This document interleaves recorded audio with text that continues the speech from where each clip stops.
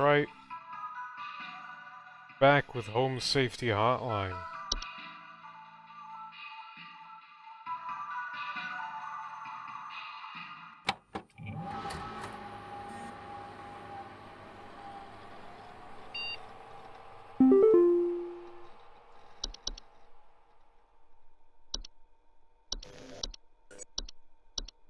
This was the mouse thing we saw. And Whiskers, our new office pet. Yay, Whiskers. Alright.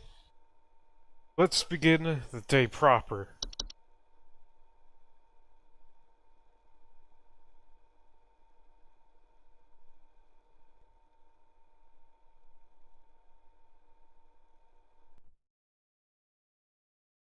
Stay.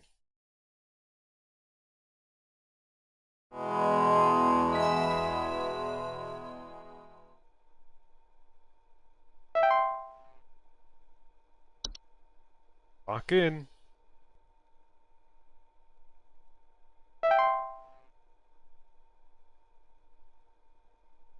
I should remember most of the... Hello. Hi, Carol. Supervisor Carol here again. I've been watching thee closely, employee. I'm impressed so far by your dedication to accuracy. I have once again updated your permission, so you should have access to more extensive household hazard information. Keep up the great work, employee. Our eyes rest upon thee. Thanks, Carol.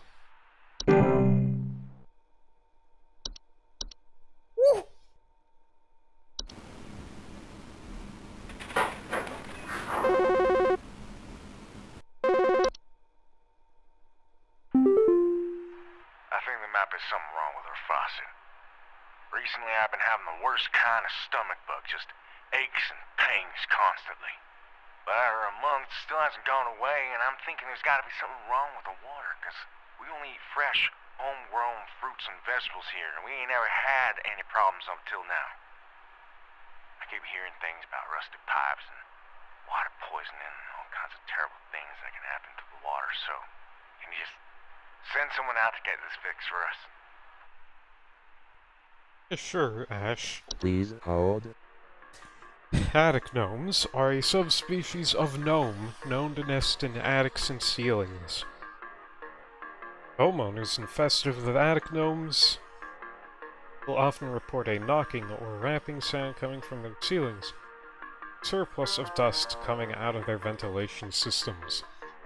Attic gnomes' feeding habits can often be a boon to homeowners as they consume dust, cobwebs, and household pests such as spiders in large quantities. However, when frightened, they will violently expel their meals, which can send large quantities of dust particulates into the air, causing air quality issues in the household. They are very easily frightened. To remove an attic gnome from the household, it is recommended to dust and clean up your attics and ceilings regularly, as to avoid giving it a source of food. This will also prevent other attic gnomes from nesting in your home.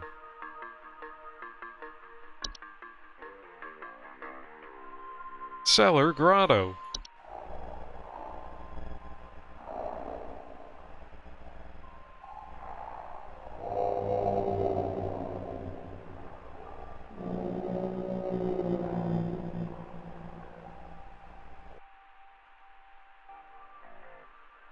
I don't think the caves are making that.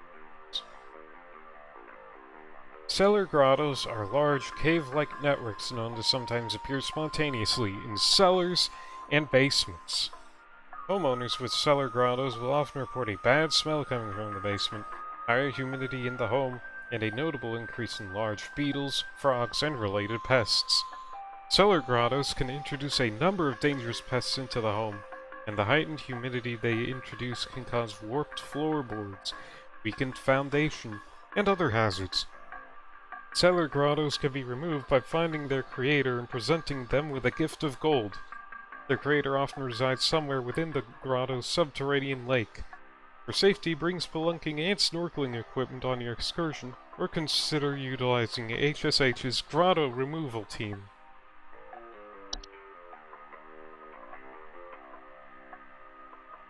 Fey feasts. Feasts are mid to large-sized piles of various edible food substances, frequently including flour, cornmeal, and various species of fungi. They are known to appear near eating areas of the home.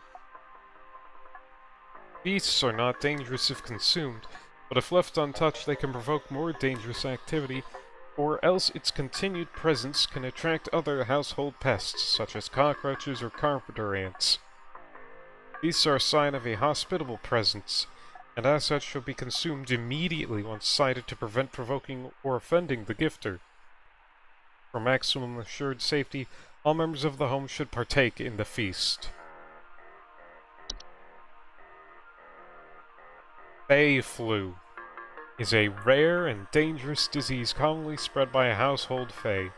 Symptoms of Fey flu include headaches, fever, eye discoloration, seeds taking root in skin pores, and blooming.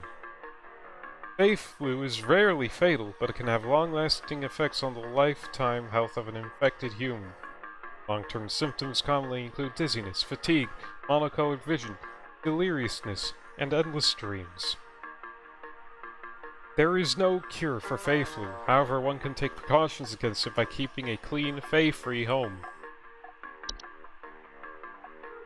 Floor roots.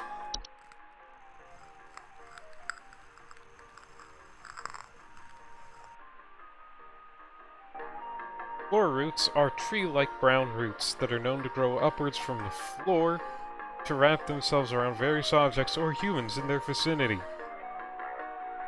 Floor roots grow slow enough that they serve very little danger to awake and aware human adults.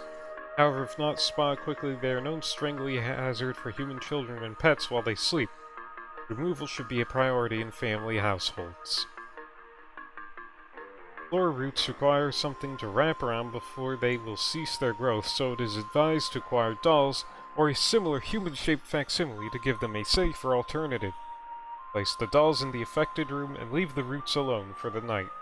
By morning, the dolls and roots should be gone and the room safe to inhabit once more. Make any repairs to the floors needed, or utilize HSH's home repair services. The Horde. The Horde is an invisible, odorless collective consciousness that is known to collect and store large quantities of common household refuse. The Horde's tendency to store vast quantities of trash in the home make them prone to spreading disease to the home's inhabitants. Rotten food, used syringes, and rusty metal are among the more common household hazards that can be introduced by the Horde's presence. Once introduced to a home, the Horde will continue to gather and hoard their treasures indefinitely. It is advised to sell one's home at the first sign of the Horde's presence to make the relocation process go over more smoothly. To prevent the Horde from gathering in one's home, it is advised to keep one's home as tidy as possible as to not attract the Horde's attention. The introduction of a hob to the household can often assist in this process. Laundry gnome.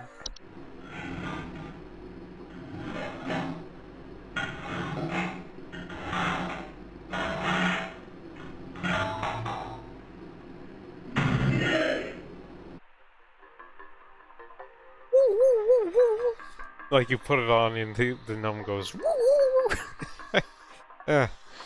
Laundry gnomes are a subspecies of gnome with thick fiber-like fur.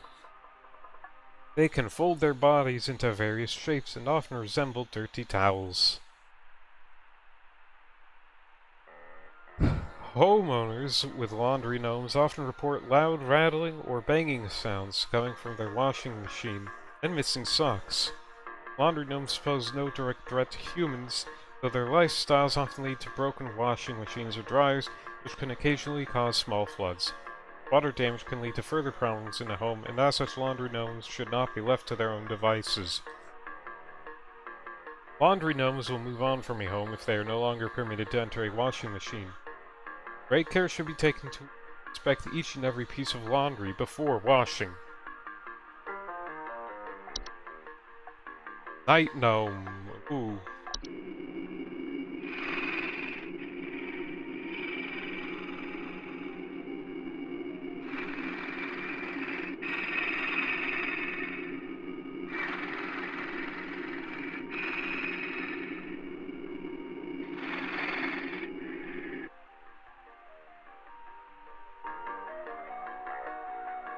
Night gnomes are small, hairy creatures with a pointed head.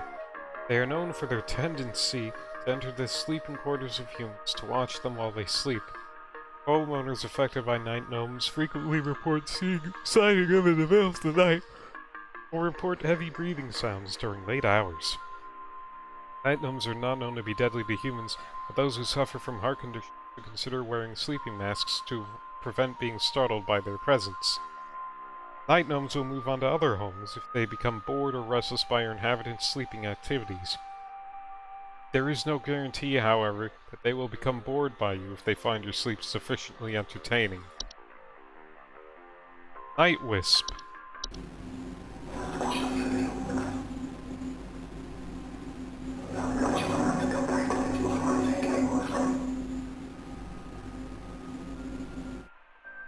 Night wisps are a subspecies of wisp in the form of bright, floating lights. They are known to hover outside windows at night while whispering promises of wealth and good fortune. Night wisps are not dangerous to humans unless listened to. Refrain from listening to their whispers and following their directions. Night wisps will move on to other homes after a week or so if they are ignored consistently. It is advised to drown out their whispers with music or wear sleeping masks to prevent sleep disruption.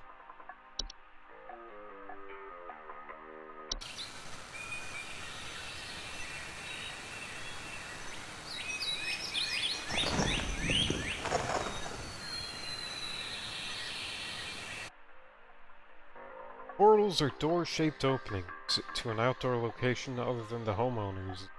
Discovered most commonly in basements or underground cellars. Homeowners with portals frequently report cold drafts, strange dreams, and a strong desire to enter. Portals can introduce a wide variety of dangerous elements to a home that be dealt with as soon as they are discovered. They can additionally cause drafts and introduce heating problems to a home. Portals should be sealed shut with wooden planks, bricks, or other common building materials. Seals should be airtight as to not allow for anything to come inside the home. It is advised to utilize HSH's home security services to ensure portals are sealed safely.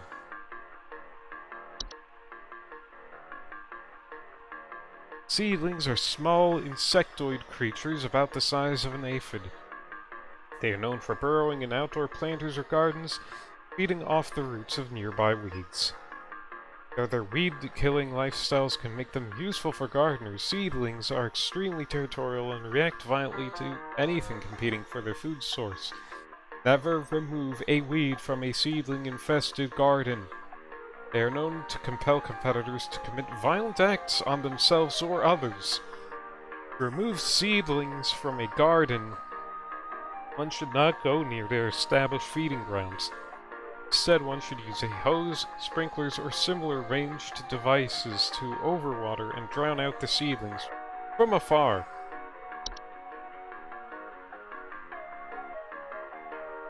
Travel gnome.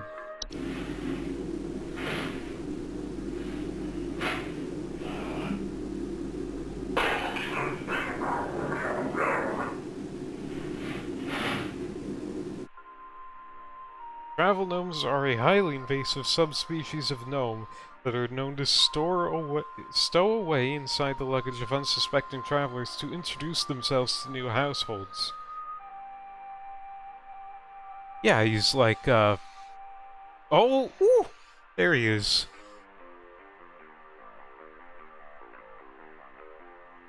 They're found most commonly in highly forested areas of the globe. Travel gnomes can affect the household in various ways. They will often create expansive gardens inside their new homes, leaving soil, plants, and common outdoor pests in their wake. These gardens, in addition to introducing a variety of dangerous pests, can also create foundational problems in a home if they continue to grow unabated. Spraying pesticides and weed killer in the home can deter a travel gnome's gardening prospects, at which point it will wait for a new opportunity to travel to a better location. To encourage a travel gnome to relocate, one can invite others to stay at their household and create new opportunities for the travel gnome to stow away visitors' luggage. Wow, that's dick move to do that.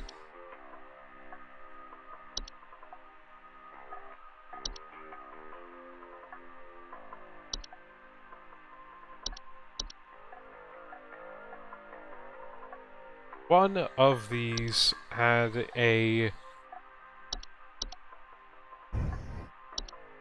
Alright, faucet.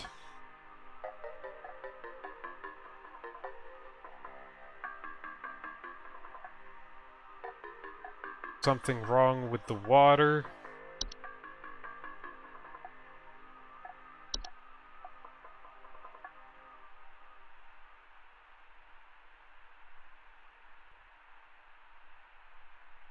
Otherwise harmless, so not saying anything about making them sick.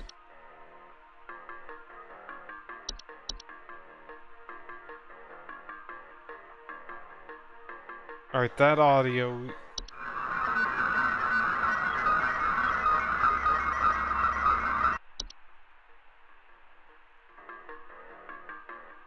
It's not it.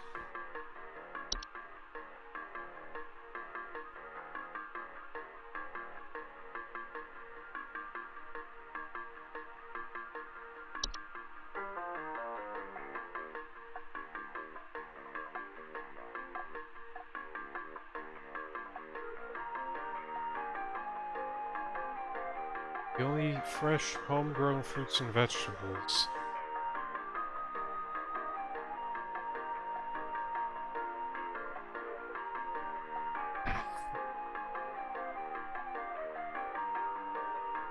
Wait a minute.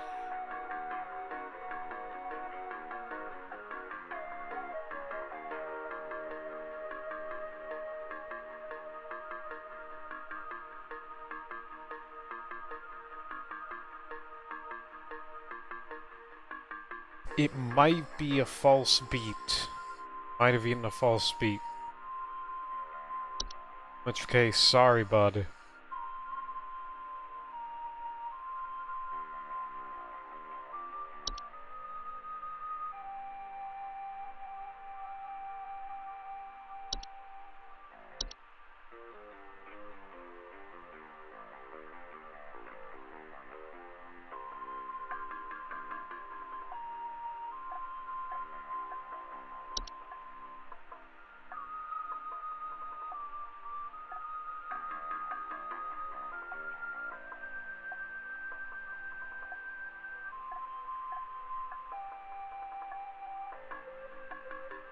Well, miss 100% of the shots you don't take, so I'm thinking this is a false beat.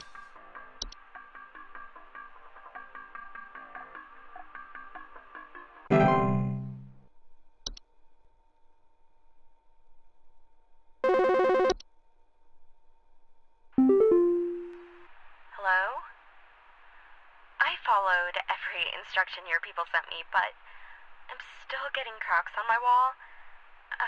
My daughter has called pest control, and she told me not to call you anymore for help. I'm sorry. Goodbye.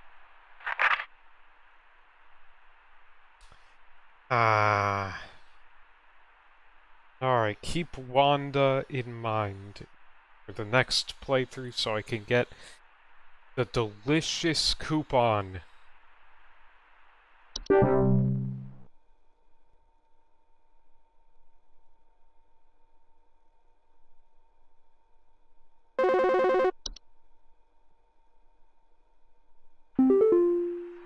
The police told me to call this number, so I hope I got the right number here. Anyway, I think somebody is stalking me. I can see their shadow at night at my window, just staring into the house. When I close the window, I can still hear him out there, breathing. I've been sleeping on the couch every night this past week, just so he won't see me. The police said they can't do anything, so please, send somebody or do something about this. I can hardly sleep anymore. Please hold. Now that is a night gnome right there.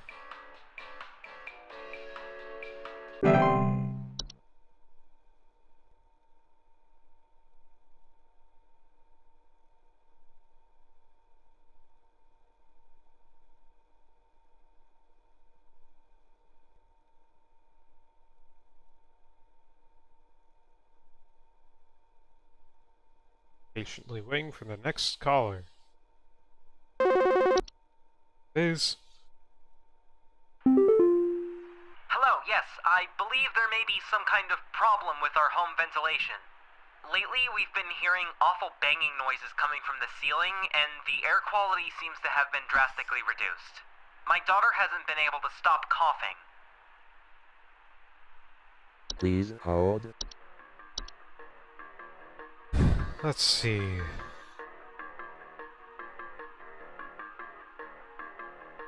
Yeah, that's Attic Gnome.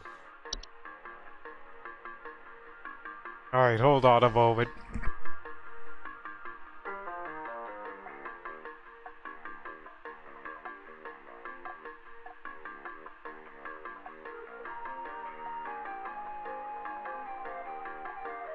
What do the coughs even do in this world? Probably the same thing coughs do in our world. And a cab.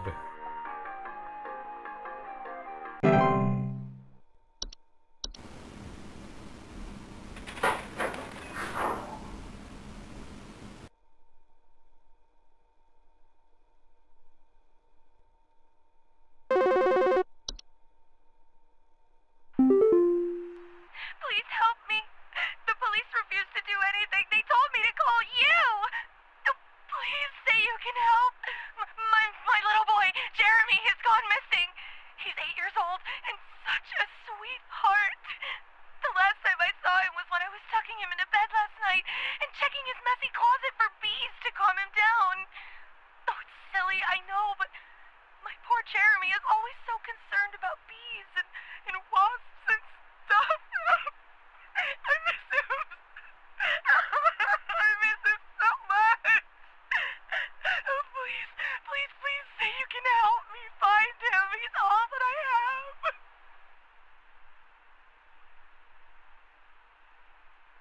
Please hold.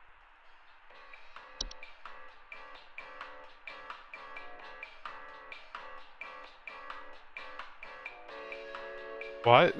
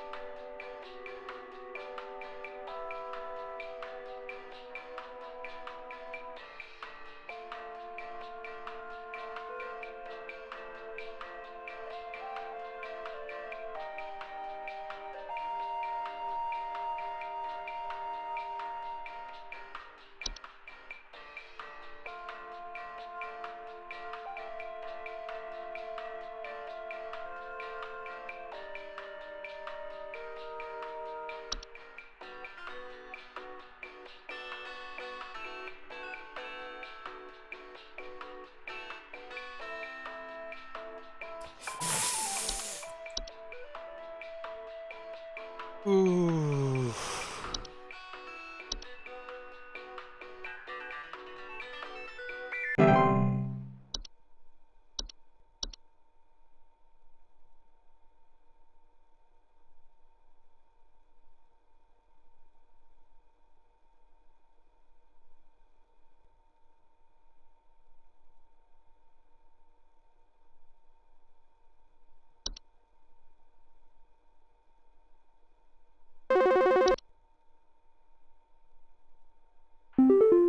Hi. I'm concerned somewhat about the stability of my new home. I recently finalized the purchase and naturally afterwards found that there are several large cracks in the walls of the basement that were not previously disclosed, as well as several pieces of half-eaten cheese littered across the basement floor. I haven't been able to get in contact with the previous owners about this, and I'm wondering if you can offer any kind of legal advice. Please hold. Alright, let me see. Fracture Bob.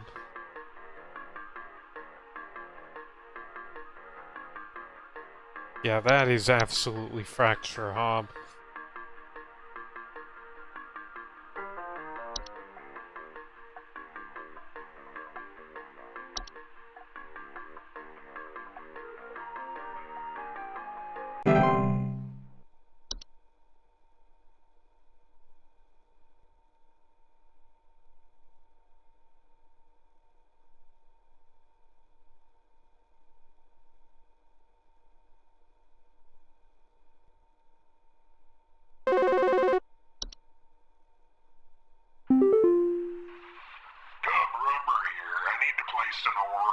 60 gallons of orange drink here.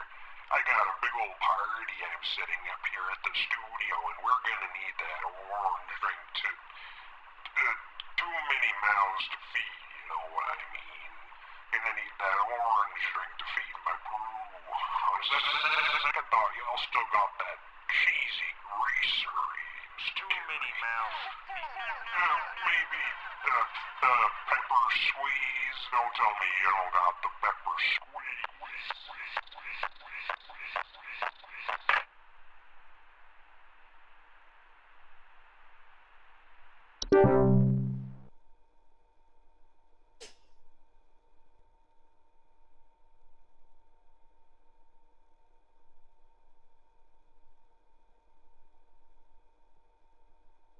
Ah, that's good. Hey,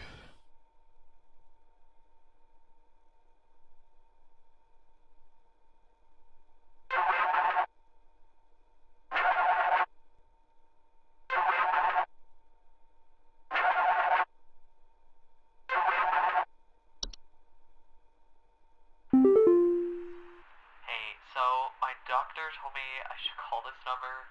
I have no idea why. He won't tell me anything. He said you could help, so here goes nothing, I guess. So I've recently been having just the worst headaches, and just barely I woke up and felt my eyes were starting to look kind of pink. I'm really freaked out right now, and I'm not sure what I have. I can't find anything online. Can you help me? Please hold. Yep.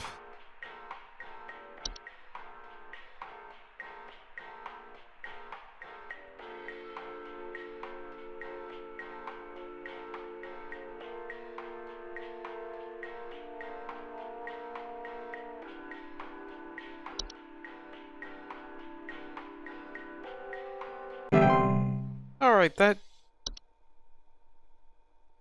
it's actually the thing for Fey Flu said that, like...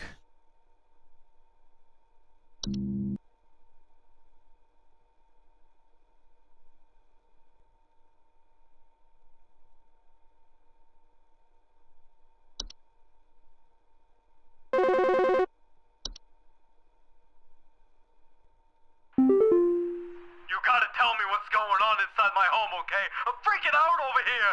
There's holes all over my freaking house, man! Freaking holes! I'm stepping around big wooden splinters! There's no telling how much damage there is! I've got this big gaping one in my kitchen that I have no idea how freaking deep it goes! To top it all off, my skittish little greyhound goblin is nowhere to be found! She probably took off after seeing this mess. I need help. Bad. Please hold.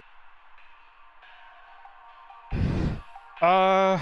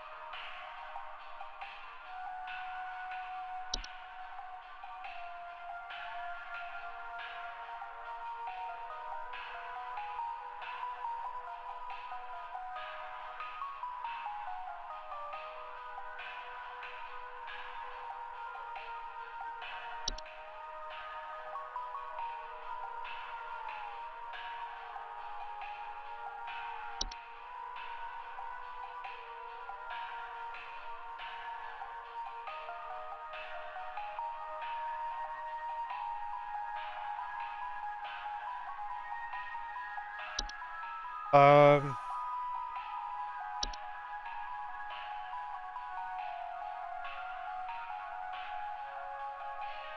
Like...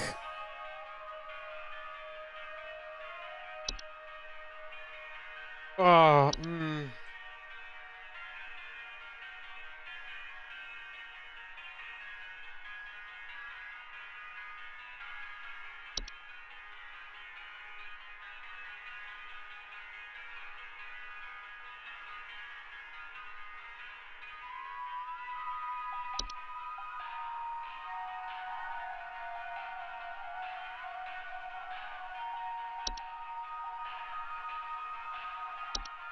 No, it's not floor roots.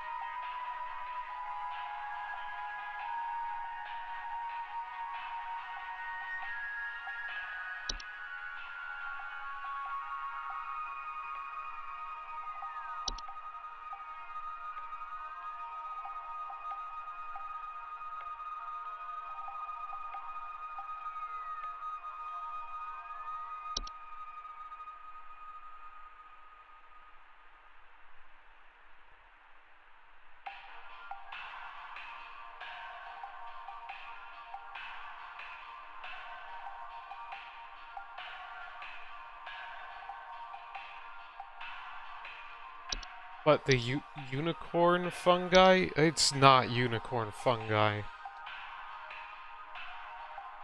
Wait a minute.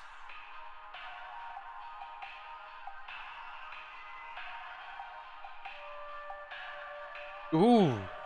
Yeah, that's a good catch. Yeah, it's probably the unicorn fungi now that you mention it.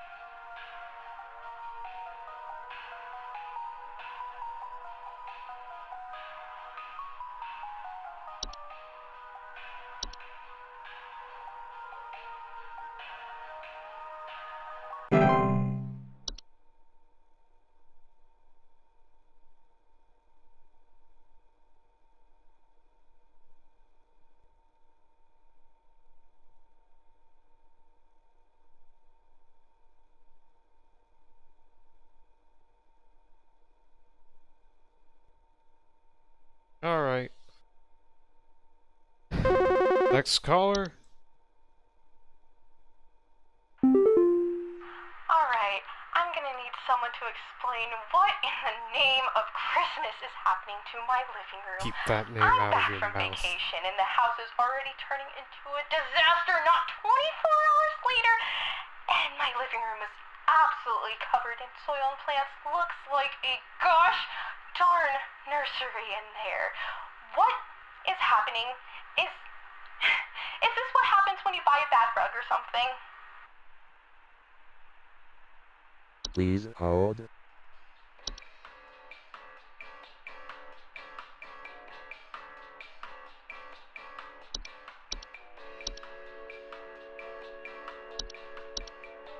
That is 100% travel gnome.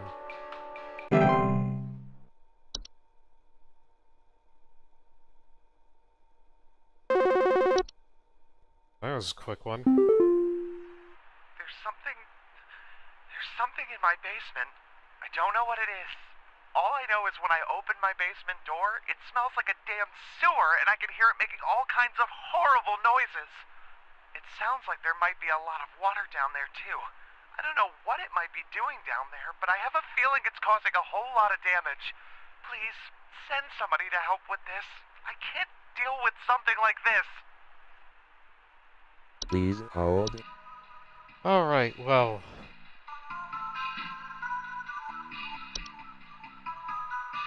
Let's see.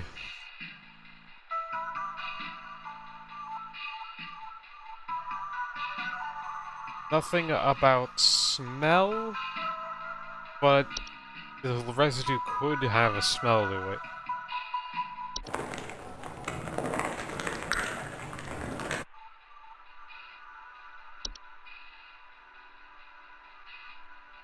But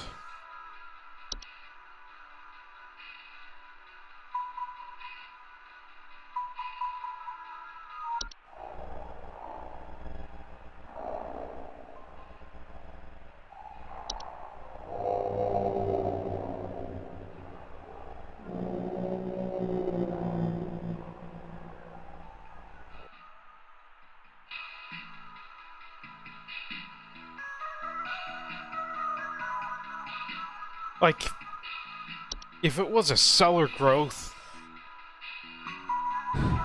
I would have seen the cellar growth or the growing. It's a grotto. It's a cellar grotto. Hidden somewhere.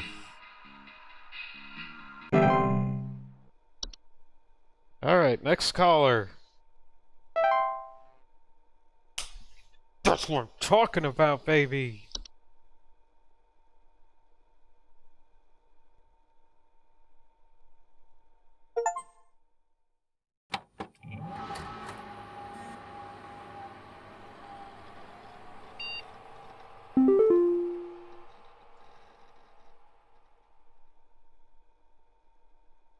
No, no new, thing?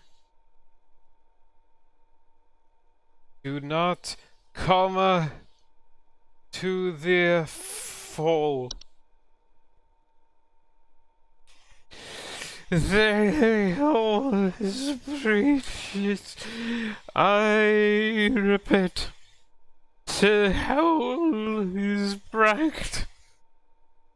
It's not safe here. I must find a new spot. It's Nicholas, I'm here.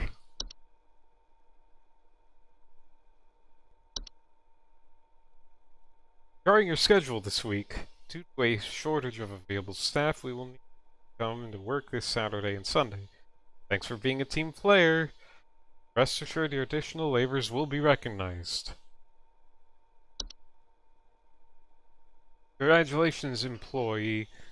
Your high accuracy rate is awarded you today's daily coupon. Today's daily coupon is for Tamed River Root. Plucked and tamed straight from the waters within the undersoil, this river root is as reliable as they come. Their gentle high-frequency cries are guaranteed to keep your garden safe from all manner of pests and predators. Just don't forget to keep them well-watered and well-monitored. To receive your discount, simply type the following code during your online checkout. Rootin' for you. Keep up the good work, employee. Oh, dude, it's only $549? What a bargain!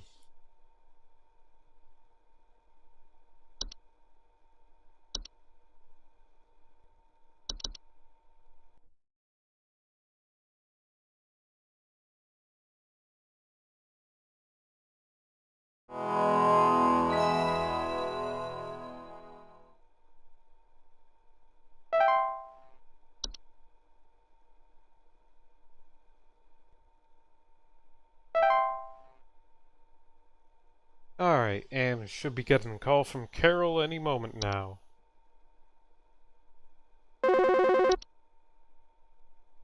No. Hello. Supervisor Carroll here. Thine accuracy continues to impress those of us above and below the soil. I have updated your permissions once more. Keep up the great work, employee. Our eyes rest soundly upon thee. Why are you talking like that, Carol? Anyway, yeah, no new desktop things.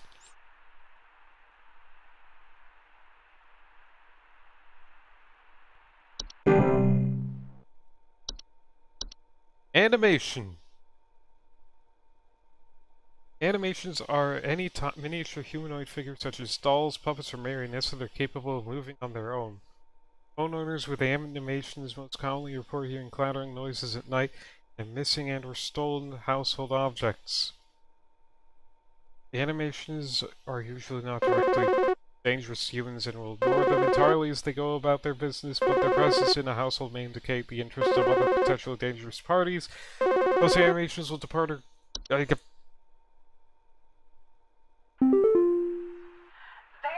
Satan worshippers in my shed. I think it might be my no-good teenager having joined up with one of those dungeon dragon cults they say these days, because he's been gone for days now, and the next thing you know, I find a dang tree growing in my shed. The tree is all covered in torn-up fabric and some kind of black liquid. Classic satanistic ritual crap, I assume. Tell me what what I can do to get these godless teens off my property. Please hold. Most animations will depart or collapse on their own after completing their intended function, and no further action is needed. If an animation persists for more than a few days in a single location, it may be a sign of more dangerous activity. In these cases, it is advised to contact pest removal services.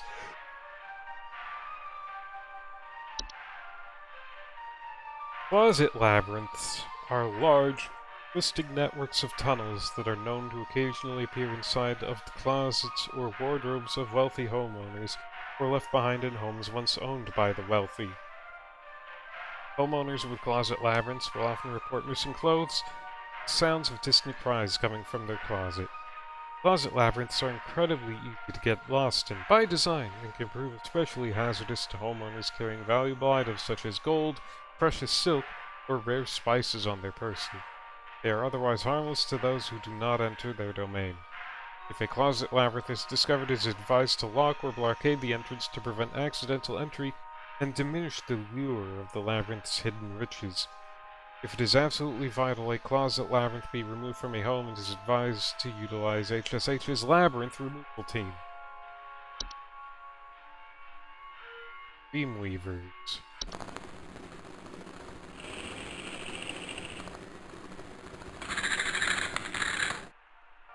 Dreamweavers are large, spider-like creatures known to weave dreams into reality. They also are known to cause nearby humans to only dream about everything being covered in webs. They will only move into a household if no other spiders are present. Dreamweavers are parasitic in nature and feed off the dreams of humans while they sleep. While this does not cause any direct harm to humans, it can lead to increased anxiety, and the large webs they weave can often trap dust, pets, and children, causing further complications. A dreamweaver from a household, homeowner should refrain from sleeping for as long as possible in order to starve the creature and encourage it to find a new home. Dreamweavers will often attempt to induce sleep by ensnaring homeowners and injecting them with a sleep-inducing venom. Do not let them do this.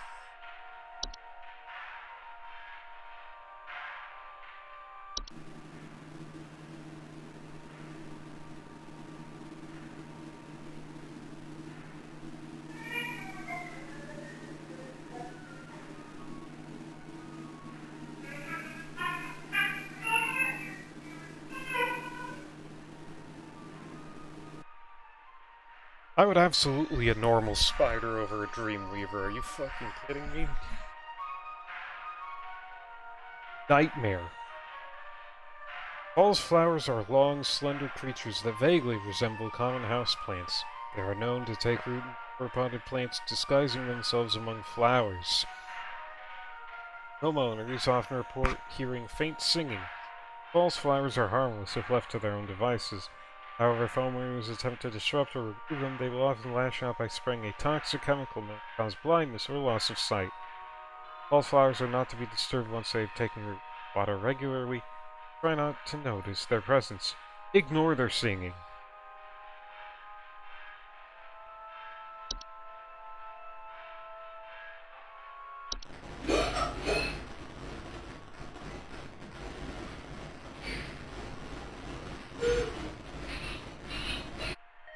Kobolds are 5-foot-tall humanoid creatures with dog-like faces that are known to burrow into dark rooms or storage closets and make them their home.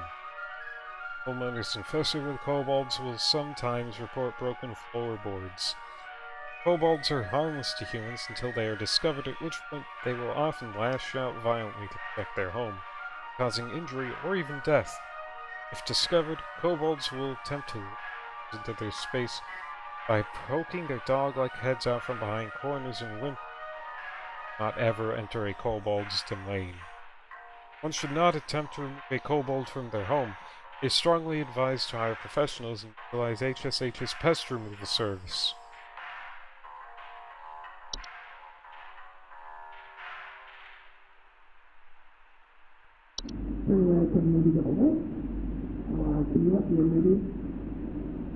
Sorry, yeah, I just need to push this piece right now on so on social media if you're messed up or something.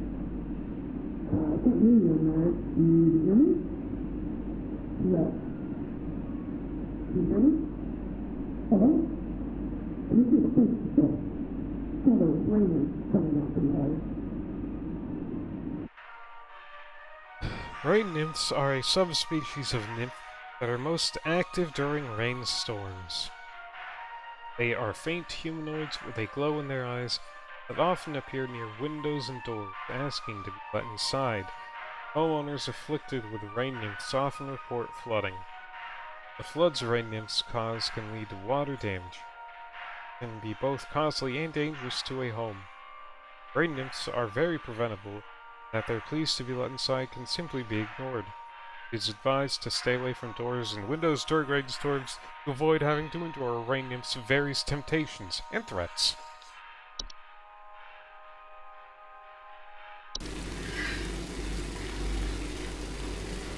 That is a jellyfish. Wait.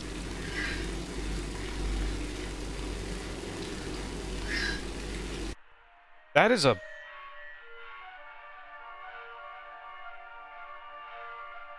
vocalizing jellyfish. Soap sprites are a subspecies of sprite that are known for consuming bacteria and harmful microbes. They frequently occupy bathrooms, appearing similar to pink bars of soap, in order to feed off the hands that use them. They secrete a suds-like substance that is used to digest their meals. Soap sprites, despite their bacteria-eating lifestyle, are frequently known to spread deadly diseases such as the Fey flu to humans who handle them, making them a serious household hazard. Oh well, fuck you, I guess. Soap sprites are easy to remove and dispose of by way of tongs or other grabbing utensils.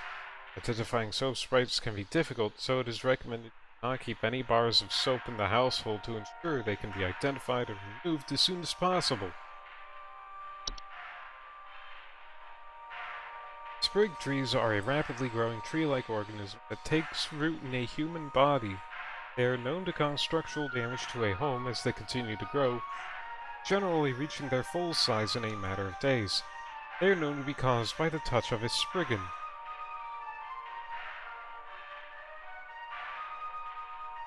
Liquid soap only, yes.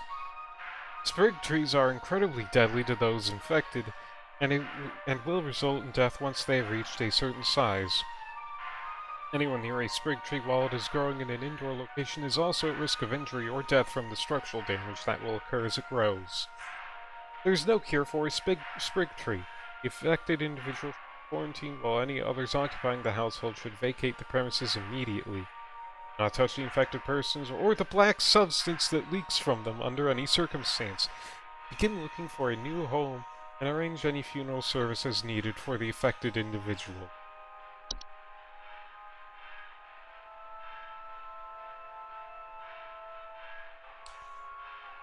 Well,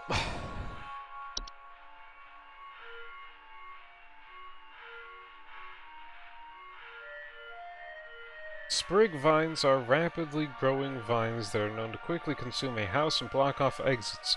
They are often a sign that a spriggan has been provoked.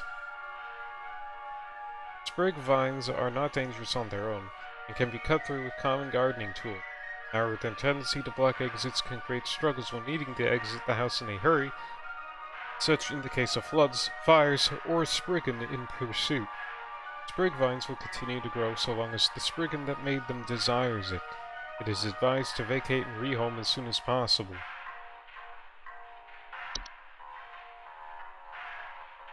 I'm the trash gnome. Wait, that's literally just a raccoon.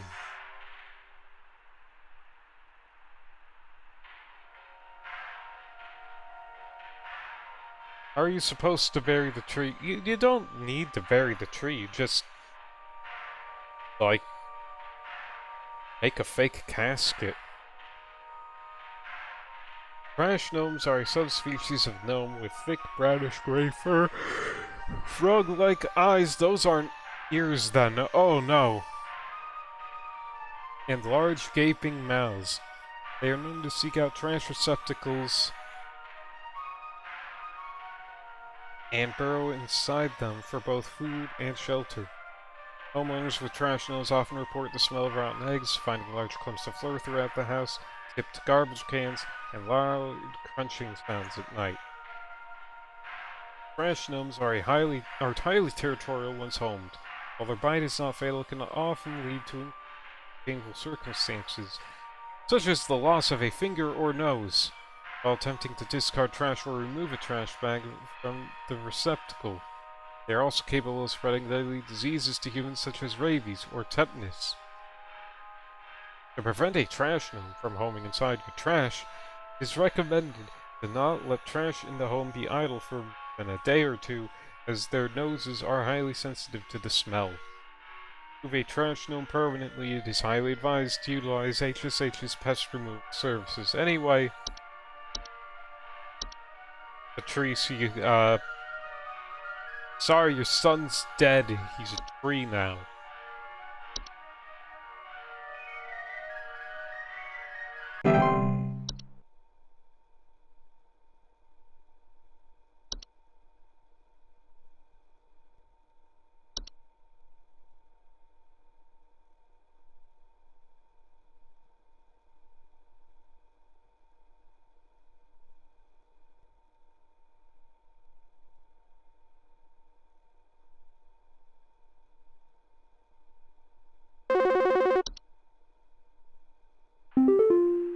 Hey, I called last week about some noises in my house, and after following the instructions you sent me, they still seem to be happening. I already told you guys what was happening, but the short story is that every night I'm hearing clattering noises coming from the kitchen. In the morning, I usually check the kitchen for any signs of droppings or whatever, but the place looks spotless. Can you please tell me what's actually happening so I can get some sleep? Please hold. Okay. Was there something for kitchen?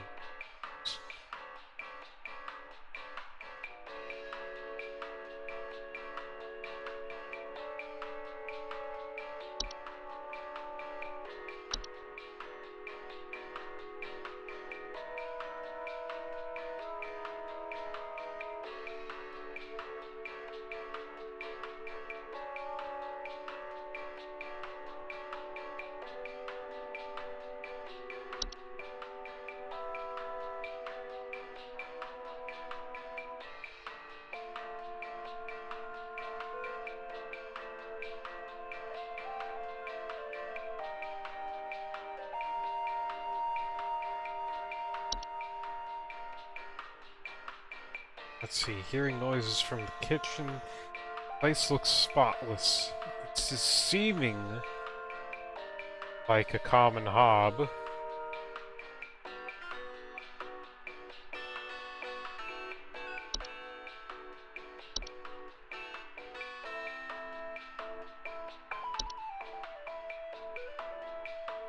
It could also be an animation. But, like...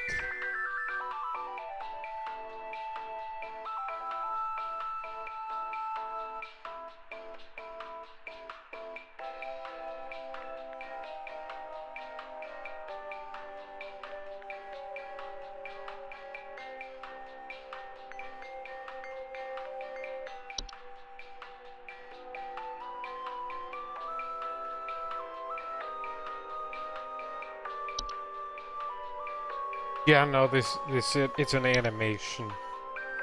Sorry, pal. If it's a common hob.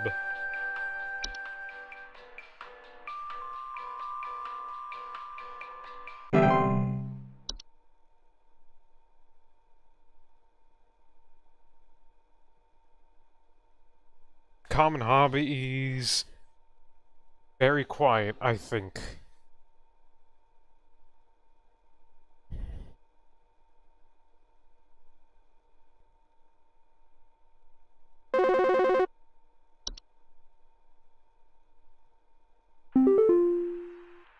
Yes, hi. I recently purchased from your company one of your home security installation services, and not a week later, I'm still getting break-ins. As I mentioned prior, someone has been breaking into the greenhouse and taunting us with their singing. They could be some insane serial killer, for all we know. All they do is sing at night, but no one in my family feels safe anymore. None of your stupid security alarms even went off. Please hold. Singing in the greenhouse.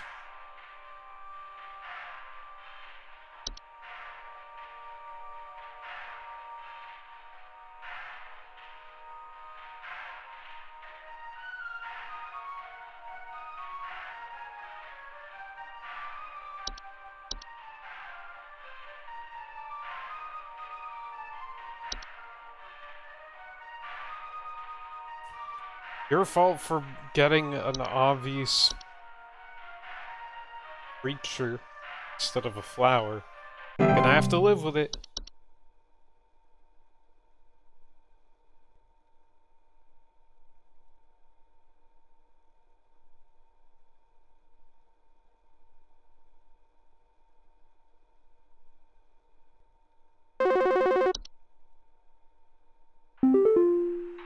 Hey, Flipper here. I've got 2 dumbbells that I bought from you that need a good spit shine. Know what I mean?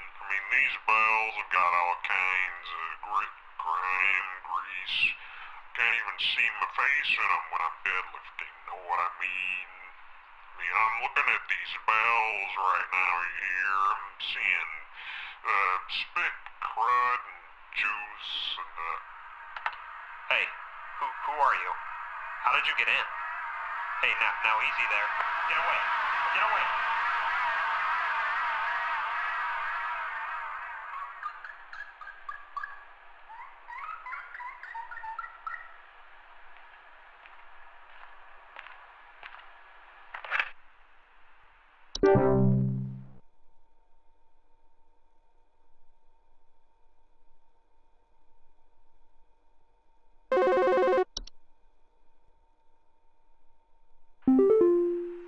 Hello, Supervisor Carroll here. I noticed that you've been experiencing regular, disruptive calls from a false caller with ulterior motives. I've seen to it that this false caller shall no longer be a blight upon me. Keep up the good work, employee. Oh, but I've been enjoying their crank calls.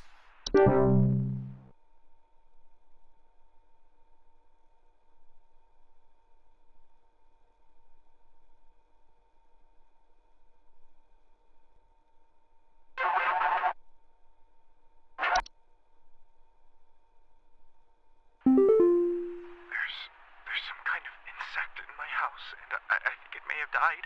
I saw this big, nasty thing fly in through the window, and I haven't been able to find it anywhere, but I think maybe it electrocuted itself somewhere because I can smell this awful burning scent throughout the house. Can someone come find this thing and get it out of my house? Please hold.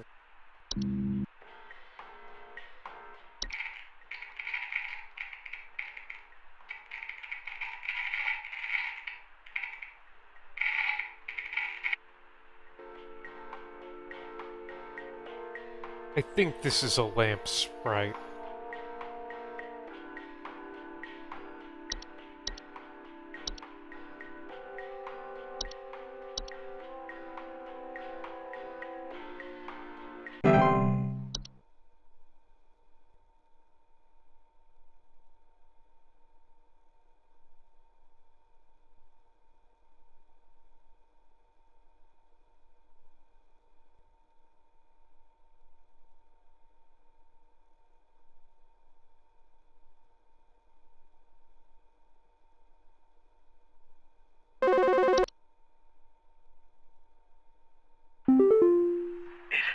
It took my daughter.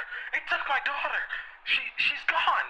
It wrapped its awful tendrils around her and took her down with it. I saw it with my own eyes. Please, send help. The police won't do anything. Send help. Please hold.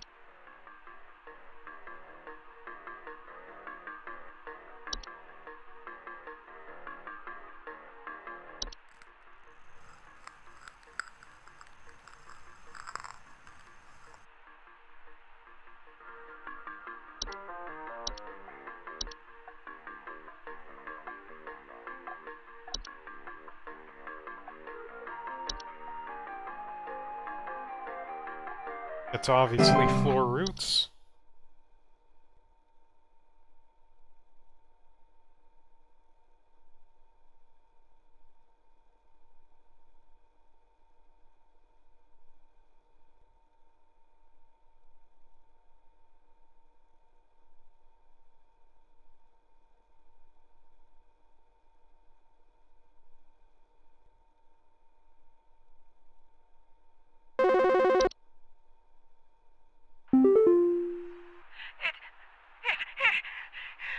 It stole me! It stole me!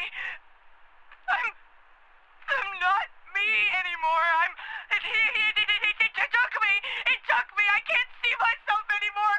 I'm gone! Help me! Help get me back, please! Please hold. Alright, come on.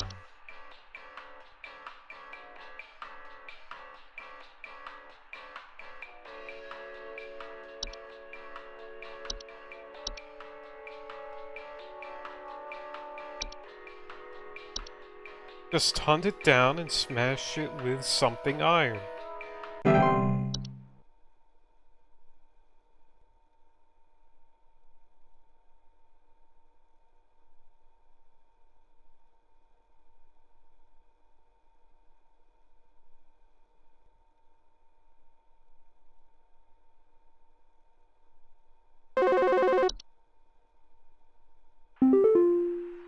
I think some homeless or druggies might be in my house because I keep finding used needles, cans, metal scrap, and other such nasty things on my living room carpet.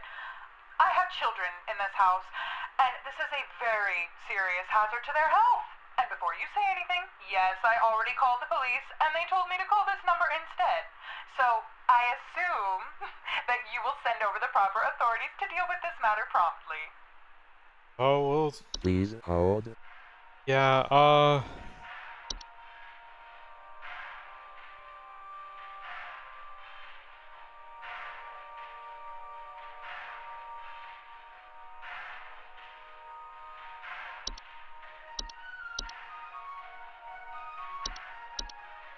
bye-bye. There goes your house, Ramona. Belongs to the Horde now.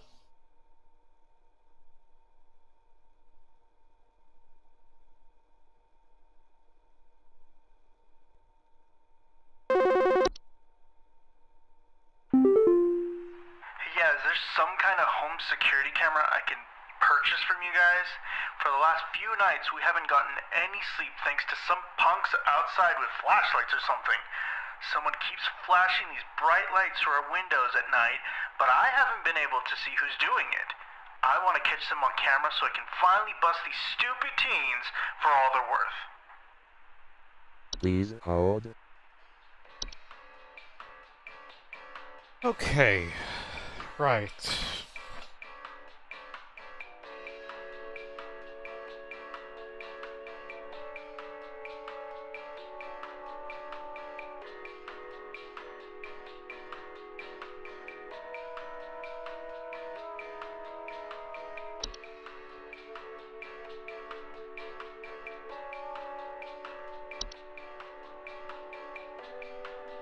Well, not a memory wisp.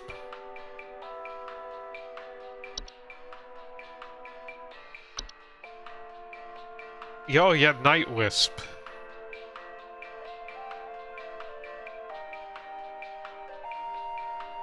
That's absolutely a Night Wisp.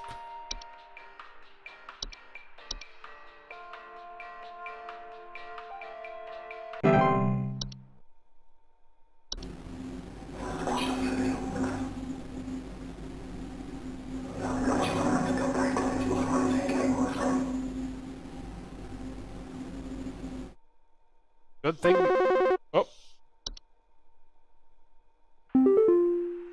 Hey, so... I think I found some kind of door. I feel like maybe I should step through it. Yeah, I think I need to go inside. The wind feels so nice. Please hold. Yeah, that is 1,000,000% a portal. Don't go through the portal.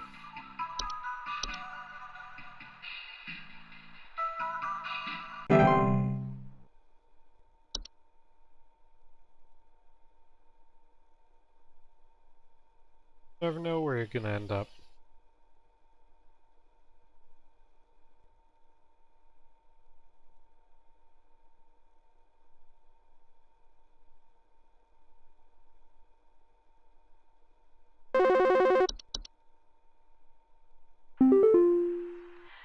This might, like, sound strange, but I think there's some kind of, like, squid or something in my bathroom. Like, I went into the bathroom in the middle of the night last night, you know, and I could see something slithering under near the sink with its, like, little tentacles or, like, tendrils or, you know, whatever. But when I turned on the lights, nothing was there. I checked under the towel, like, under, you know, like that little soap thing and everything, but I know it's somewhere. Like, it's too freaking big to have gone down the drain. It's still gotta be hiding in here. Please That hold. sounds like the soap sprite. Yeah, it is obviously a soap sprite.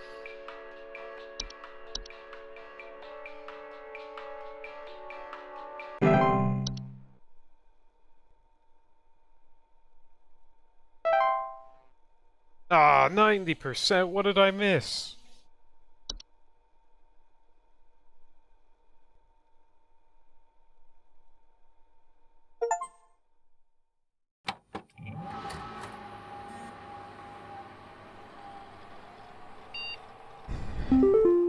There we go. Alright, new video that we're not supposed to see, but we're looking at it anyway.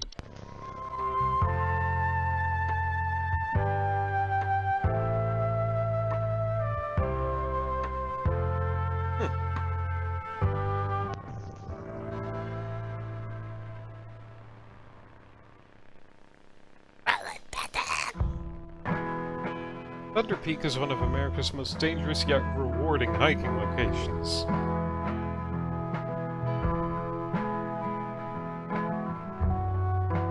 This guide will show you how you can be best prepared for one of nature's most beautiful trails. Now this is giving me Gemini.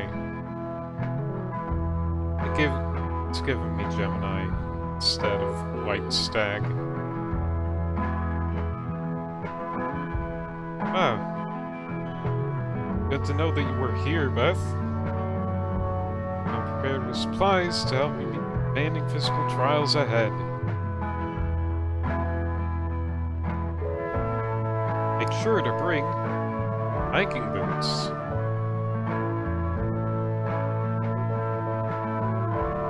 Water bottle.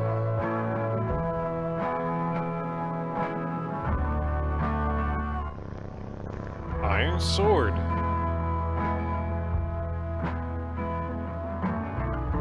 Climbing gloves.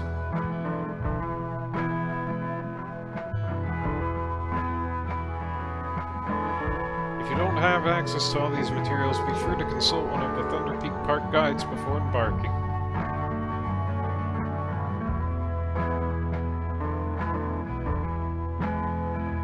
The trail.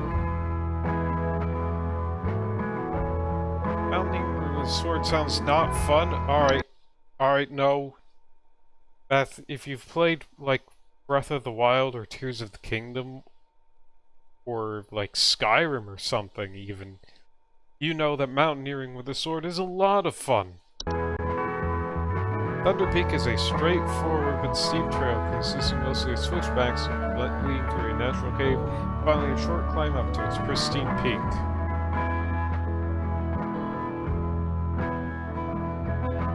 Pace yourself as you progress. This both conserves energy and helps you appreciate the scenery around you. Yeah, you can be good with a sword in reality, you just smack something with it. Be sure to stop and read the info signs littered along the trails. Since the early 1900s, the Timpanogos cave system has been a favorite place for people to visit. As a result, the caves have been equipped with electricity and made accessible for guided tours. See, then... Now that just... When you see red and yellow lines, it means you are in a high rockfall area. Travel with caution.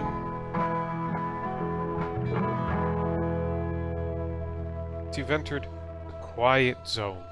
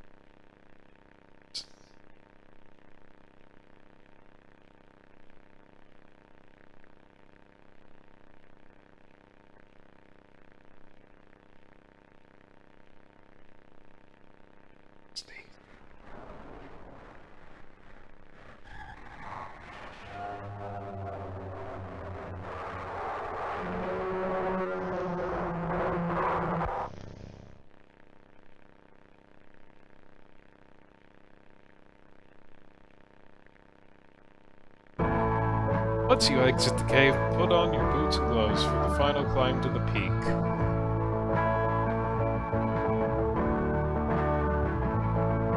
You made it. Now enjoy the view.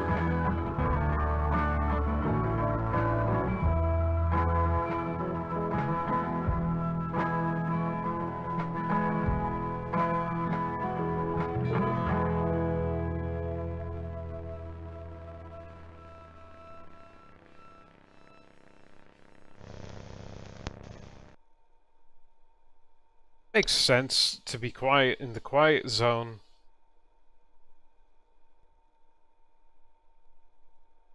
I didn't recognize that sound, but uh, um, uh, um,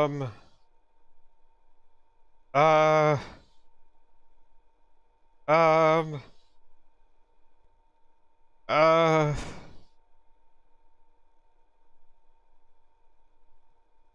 it's fine.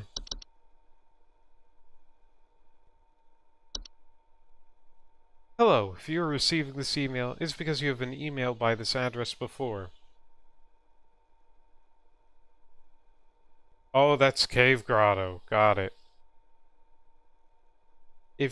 Cellar Grotto. If you're receiving this email, it's because you have been emailed by this address before. The employee this address is registered to is no longer employed here at Home Safety Hotline. As of April 30th, 1996, this address will be shut down and no longer able to send or receive email messages. If you still need support from HSH, please email us at support@hshmail.mail. Fuck. Thank you, Home Safety Hotline support. Congratulations, employee. Your high accuracy rate has awarded you today's daily coupon. Today's daily coupon is for Hag Hide. Sourced cruelty-free from the perished and treated with our flower-scented formula, these are the best quality hag hides you'll find. This month only, we'll even throw in an iron wall mount free of charge. Let the whispers keep your bed the safe haven it should be. Sleep easier, sleep safer. To receive your discount, simply type the following code during your online checkout. Haglin for deals. Keep up the great work, employee. That's a bargain.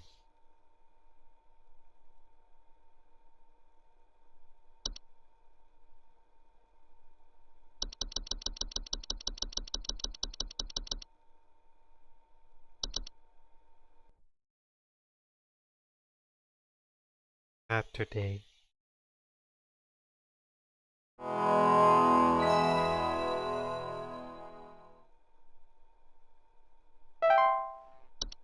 Alright, let's begin our shift. And let's see, Cellar Grotto.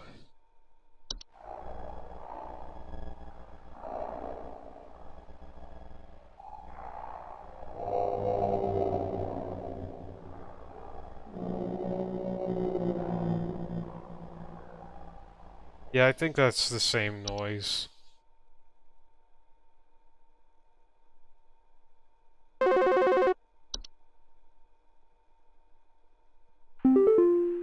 Hark, employee.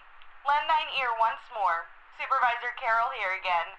I've updated thy permissions to grant thee access to all relevant household hazard information. Continue thy labors, employee. Soon thy time in the soil arriveth. Prepare thy body. What?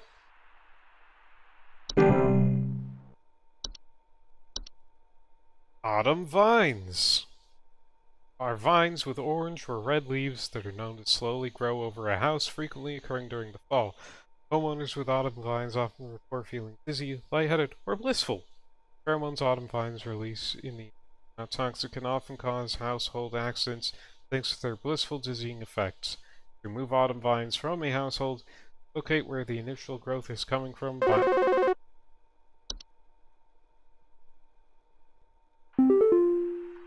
kind of animal has gotten into my cellar.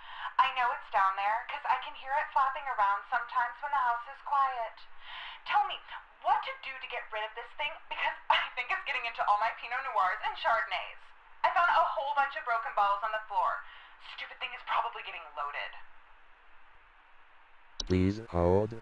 remove autumn vines from a household. Locate where the initial growth is coming from by inspecting the soil around the home for an extended red parent vine. Pull this vine out by the roots and burn it. Prevent autumn vine growth by making regular offerings of insects or meat substance to the ones beneath the soil.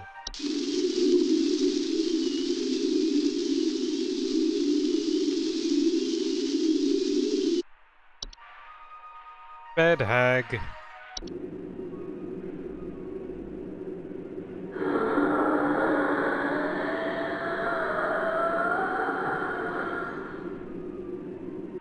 Bed hags are large humanoid creatures with an elderly, woman-like appearance. They are known to dwell beneath beds, hammocks, and other suspended sleeping apparatus. Homeowners infested with bed hags will sometimes report croaking or wheezing sounds at night, or the feeling of a heavy weight on their chest at night. Oh, it's sleep paralysis, demon. Bed hags are not dangerous to most healthy human adults, but small children and humans suffering from breathing problems such as asthma may be adversely affected by their presence. Bed hags are known to steal the breath of their sleeping subjects at night, causing a shortness of breath and sometimes sleep paralysis. Bed hags can in fact be beneficial to a home as their presence can frighten off other pests such as various insects or mice. The cases where a bed hag is undesirable is advised to utilize HSH's pest removal services. Dorcha. Dorcha is the one who delivers. Homeowners experiencing Dorcha will commonly report feelings of immense dread and the sensation of being followed or pursued. They may also experience visions of a great lurking shadow. Dorcha will deliver that which it seeks. There is no coming back from deliverance. Dorcha is otherwise harmless to humans it does not seek. To be sought by Dorcha is to be found by Dorcha. If you or a loved one are sought by Dorcha, it is advised to grieve and find peace through acceptance.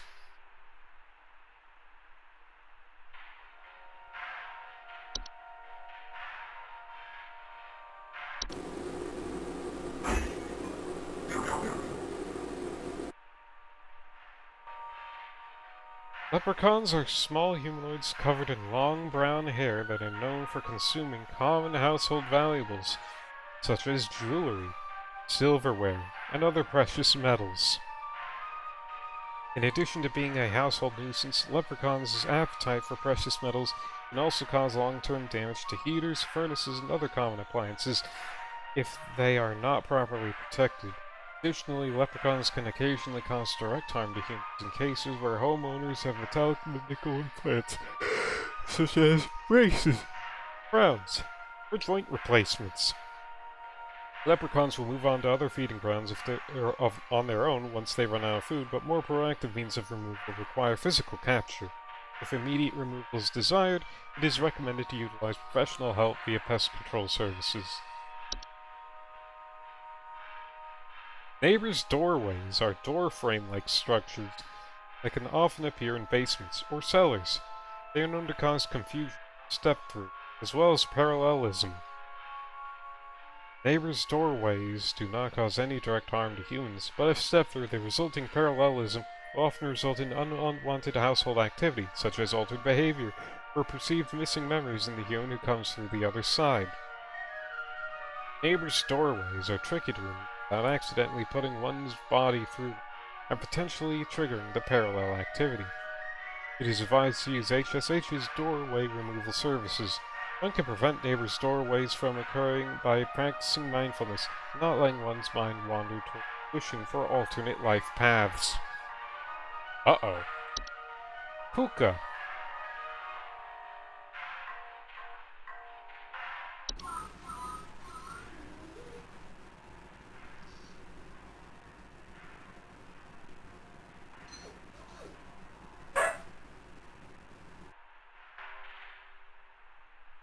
I don't like dogs. Pukas are shapeless creatures that commonly inhabit homes in the shape and likeness of a household pet. They are known for their tendency to replace common pets, such as dogs or cats, who live in their place to watch homeowners eat and sleep. Homeowners with pukas frequently report unusual or frightening pet behavior.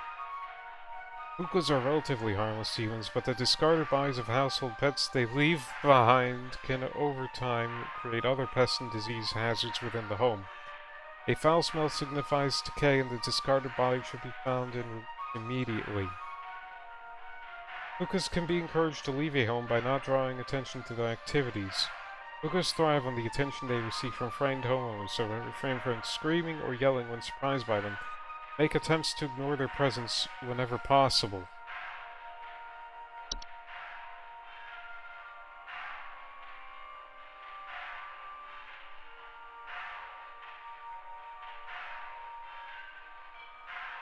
Oh my fucking god. Reanimations are any deceased remains of living creatures capable of moving on their own. Homeowners with reanimations commonly report foul smells, soil being tracked inside the home, large holes in the ground appearing near or around the home. Reanimations are capable of spreading a wide variety of dangerous diseases and parasites, deadly to humans, so close proximity or contact should be avoided at all costs. They are also commonly used to inflict direct violence against homeowners. They are incredibly adept at hiding and waiting for vulnerable moments. Reanimation's pursuit is slow but relentless, so relocation is not necessary or advisable. It is advised to contact any friends, neighbors, or strangers the homeowner may have recently slighted and make peace or bargain.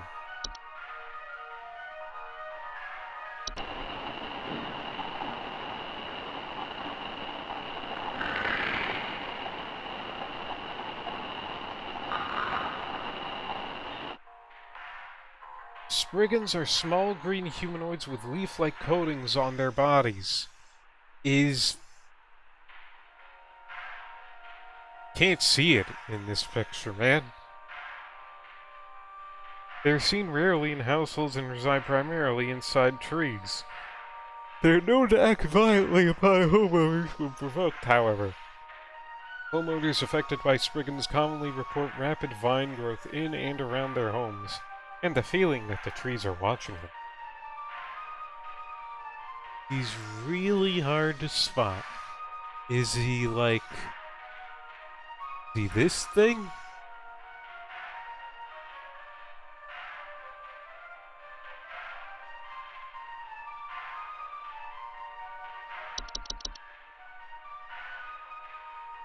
Is he this thing?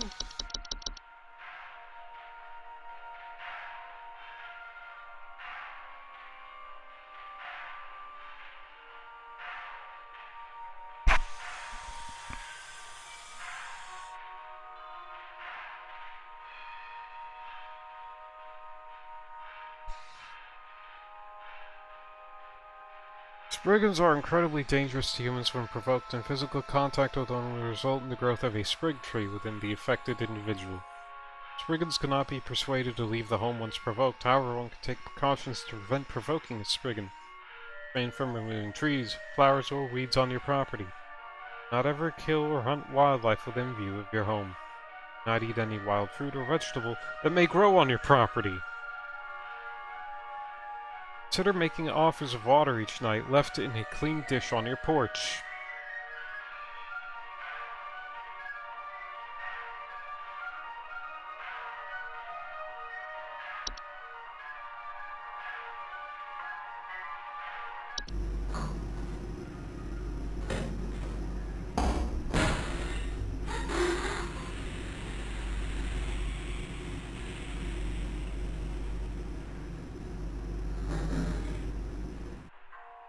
Trolls are giant, 12-foot-tall nocturnal creatures that normally are not seen in the home. However, during the winter they will deflate their bodies in order to fit inside homes and steal warm materials such as blankets or articles of clothing. Homeowners infested with a troll will frequently report missing clothes or claim to hear the shrill sounds of air escaping in the middle of the night. Trolls are very dangerous to humans when they are startled thanks to their ability to inflate their bodies to their full height of 12 feet in a matter of seconds. Their skin, despite its flexibility, is incredibly durable and will smash through the ceilings of most homes when fully inflated, causing property damage and injury to anyone in the vicinity. Do not ever approach a troll. An active troll will leave by morning once it has secured its bounty. It is recommended to install repelling fixtures such as UV lights to prevent future break-ins. Warlock Remnant are a residual presence often left behind by former warlocks, most commonly inhabiting older households, castles, or underground dwellings. Homeowners experiencing warlock remnants often report objects moving on their own, sound of hostile warning whispers, or sighting bearded figures in reflective surfaces. Warlock remnants, while a hostile presence, are mere echoes of their former selves and are generally harmless. Their ability to manipulate small household objects can prove hazardous to less cautious homeowners, however. Homeowners can purge the remnant from their home with the use of a Sealy stone, but the journey to retrieve one is both long and perilous and not recommended. If a warlock remnant proves sufficiently hazardous or inconvenient, it is highly recommended for homeowners to simply relocate. Anyway, yeah, Brittany, you got a, RSTW wine sprite.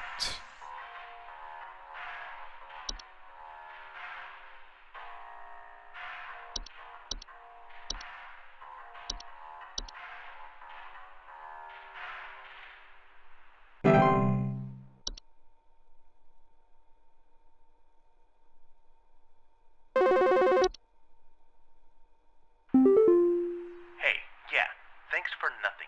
I called again recently about some kitchen noises, and your people once again sent me bad info. Maybe vet your people better. I'll be going for help elsewhere.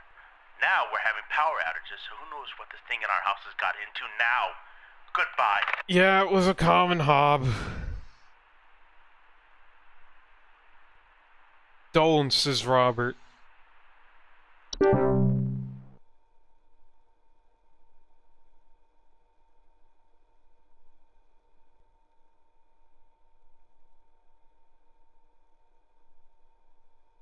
I think it would be funny if the last one we do is like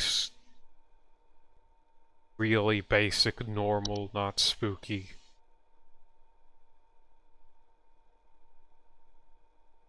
So,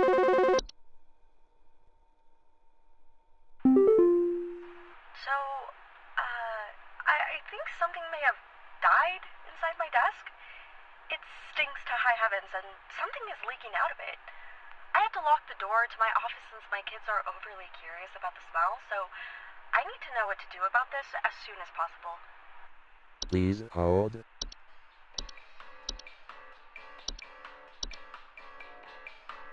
Easiest answer of my life.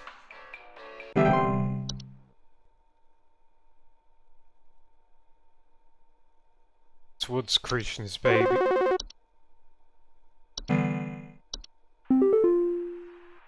think there's someone watching me.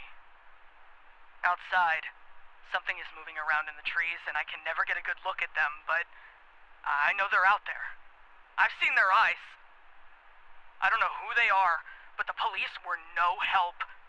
They just asked me stupid questions like if I mowed my lawn recently or if I ate fruit in public or something, and told me to call you. Hoping you'll be more helpful. Please hold. Well...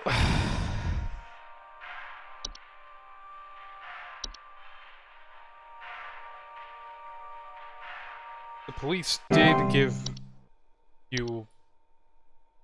Well, they gave me the answer indirectly. What did the police do? Other than serve capital. ACAP, by the way.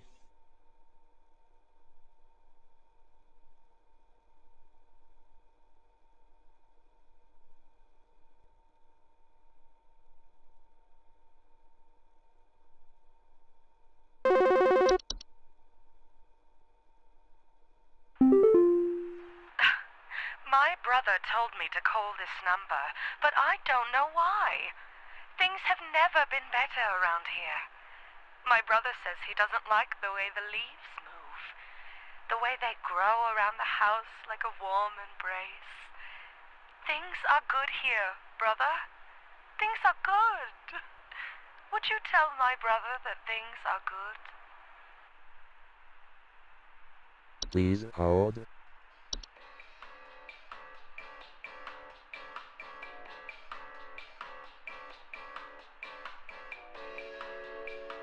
Yeah, that's Autumn Vines.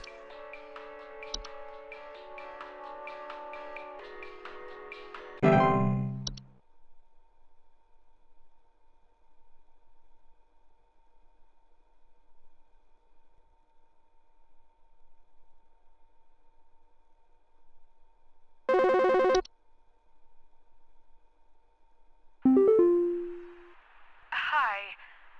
Do you know how I got here? I'm not where I should be.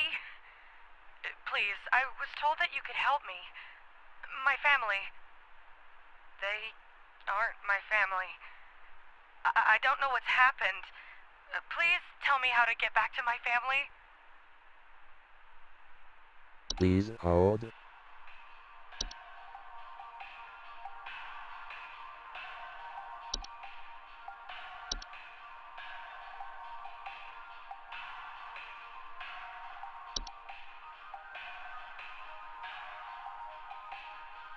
Yeah, this is neighbor's doorway.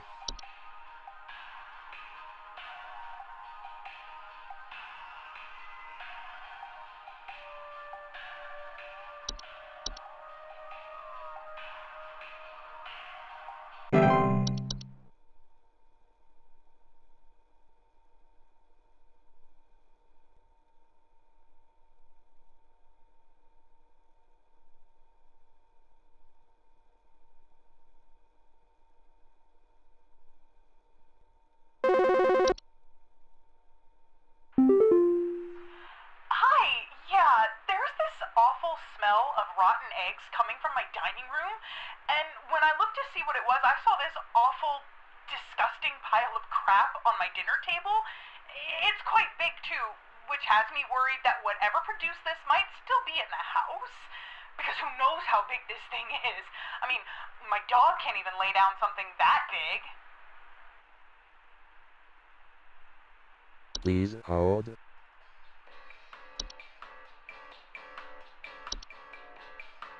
Wasn't kobold.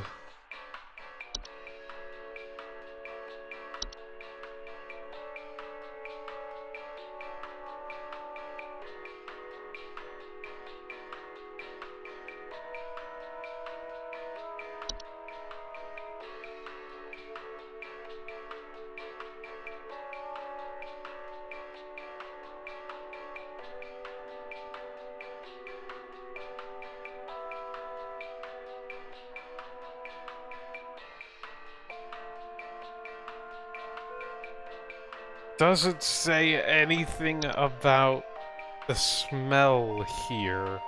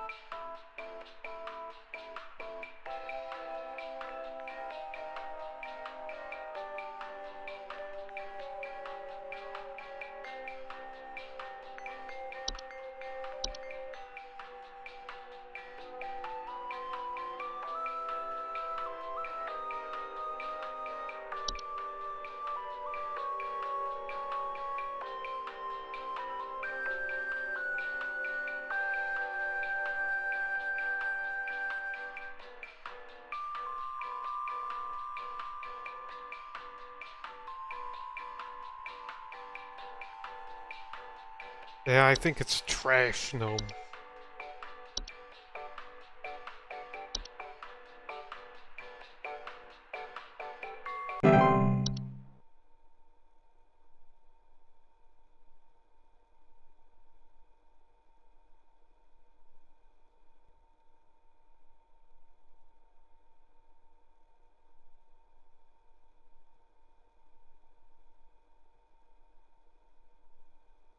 Hey,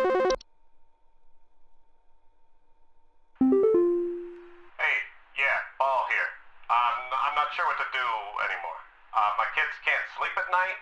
I've been spraying about 50 different kinds of pesticides all over the place, washed and scrubbed all the bed sheets as much as frickin' possible, and every night it's the same story.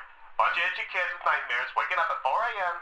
and begging to sleep in Papa's bed. I'm fresh out of ideas. Please hold.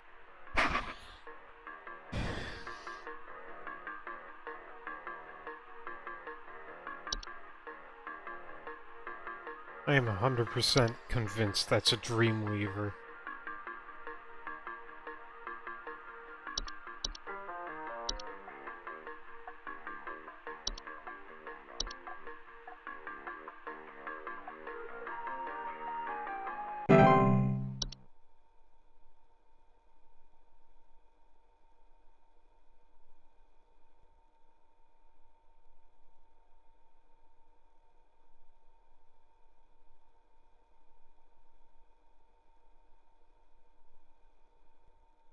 Okay,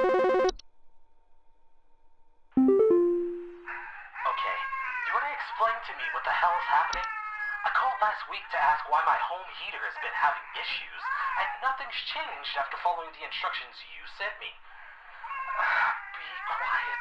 I know your teeth hurt, but Daddy's on the phone right now. Anyway, we're still freezing our butts off over here, so tell me what the hell is happening right now so I can get this fixed properly.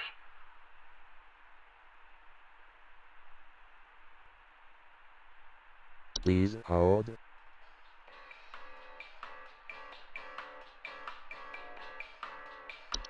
Is...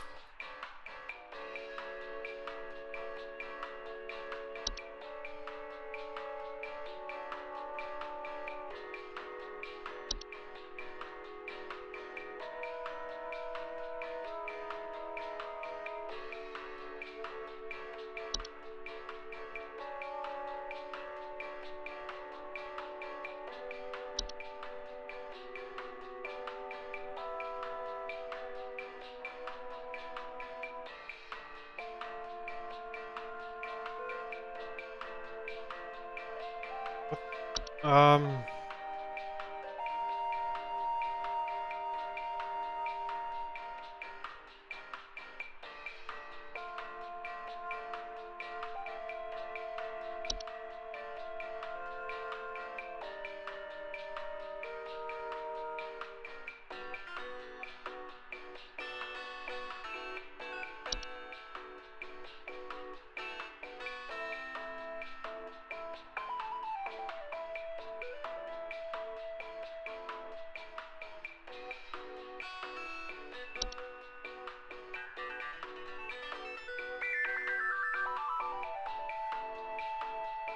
Oh, that ain't it.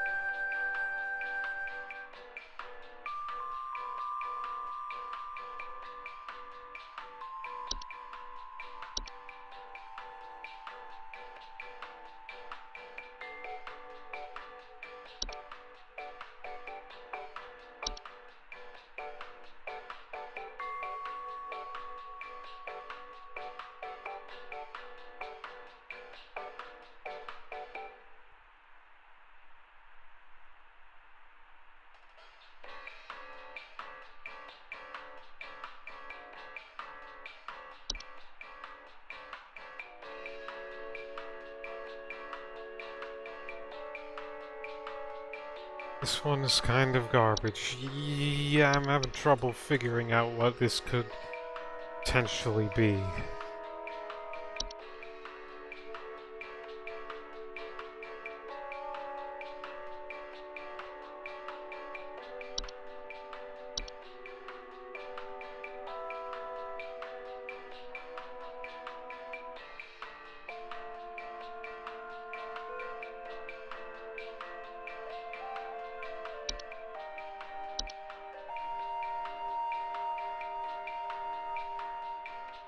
Oh, the pile of crap one?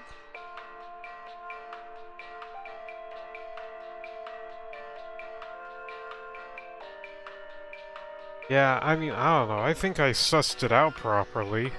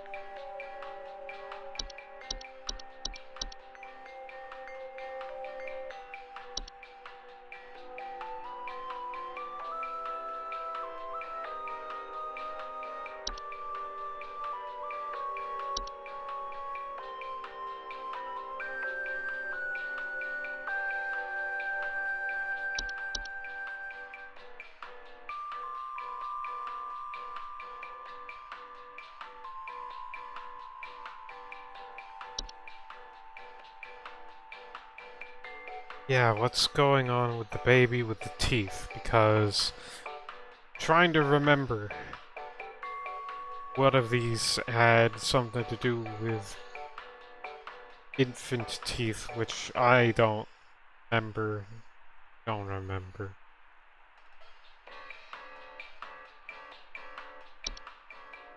Wood secretions, I don't think it is. Definitely not whistling fungi. I don't think it's Warlock Remnant. No, what? No, what? Talking about?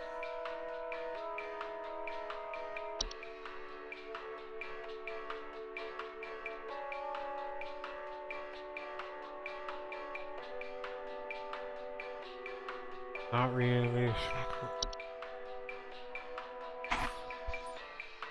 Pet behavior.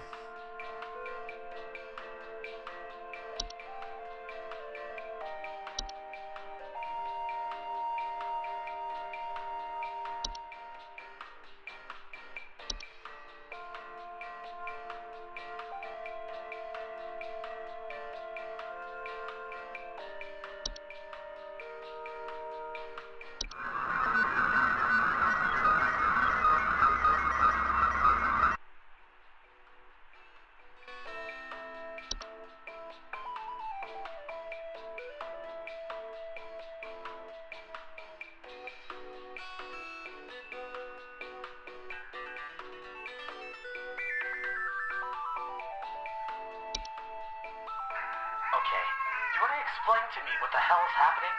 I called last week to ask why my home heater has been having issues, and nothing's changed after following the instructions you sent me.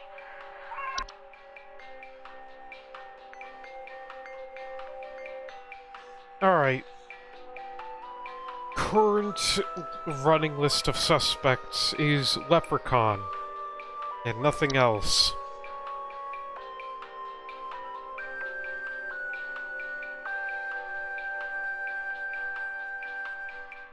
Oh wait, no. Leprechaun or Frozen Pipes.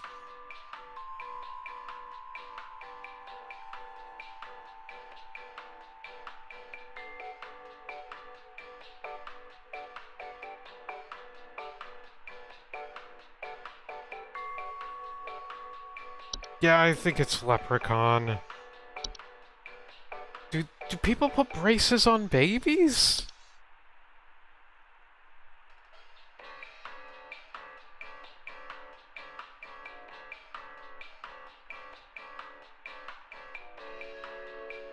I don't think they do that.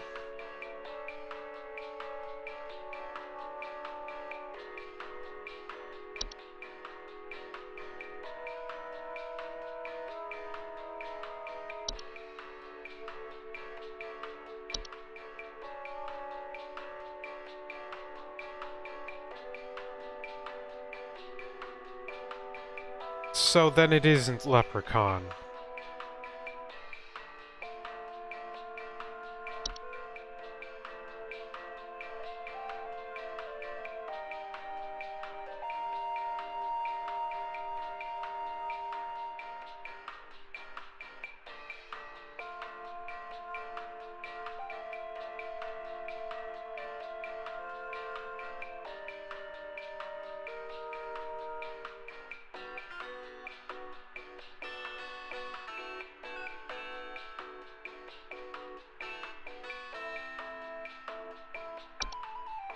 Like, heating, not good. And that's like... It mentions heaters, it mentions braces and crowns, but like...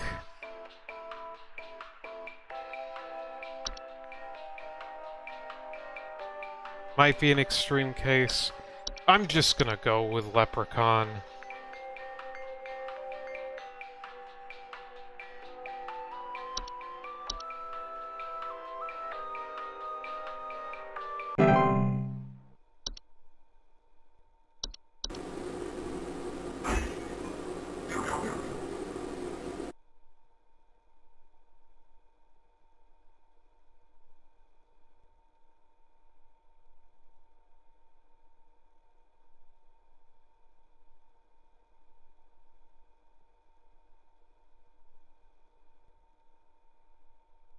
I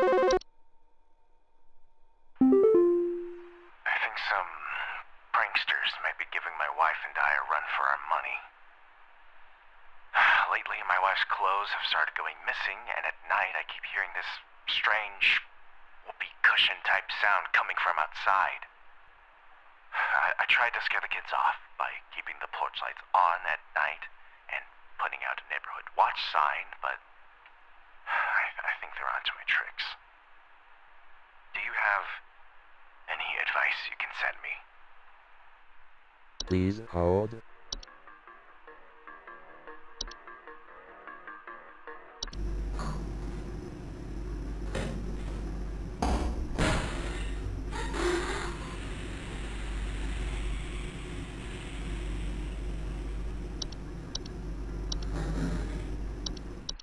Easiest answer of my life.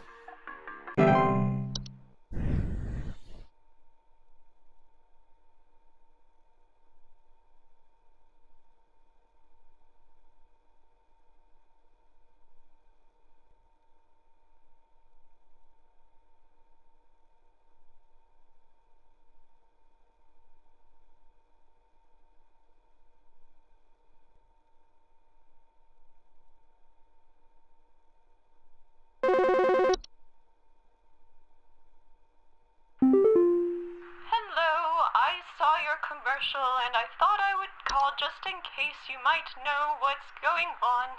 I was recently putting on my kettle for a bit of afternoon Earl Grey when I heard this awful buzzing sound coming from the cupboard.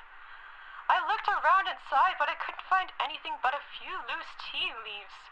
I'm quite concerned about the hornets and the bees and the like because I'm quite allergic to their stings, you know. So I just wanted to know if there's anything I should be worried about right now. Yeah. My hearing isn't what it used to be, after all. Please hold.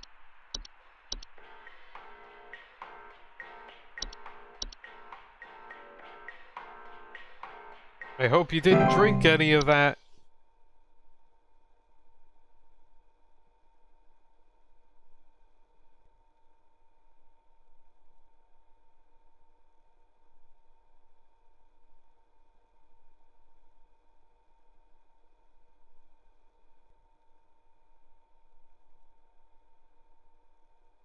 You're waiting for the next call.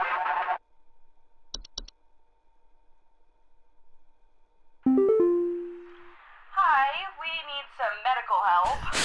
I'm not exactly sure what to say since I talked to our family practitioner already, but he said to call here, so we've been having some trouble sleeping. I thought it was just me, but both my husband and I started feeling shortness of breath around the same time. I'm worried about something spreading through our house since our kids all have asthma and some particularly severe allergies. We tried washing all the bed sheets in the house, but that didn't really help much. Thankfully, the kids haven't had any issues yet, so could you help us out sooner rather than later? Please hold. It's Bed Hag.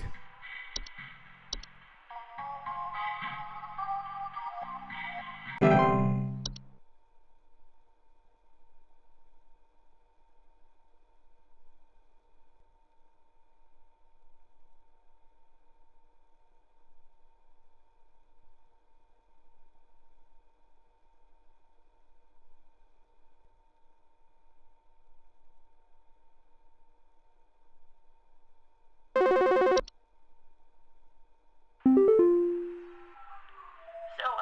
I've been hearing this weird sound coming from the walls.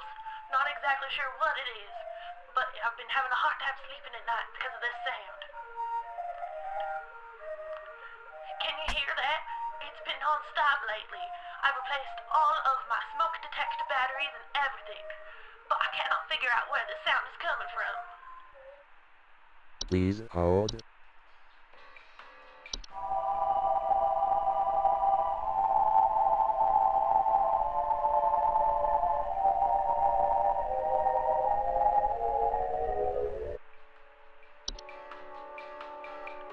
So, I've been hearing this weird sound coming from the walls.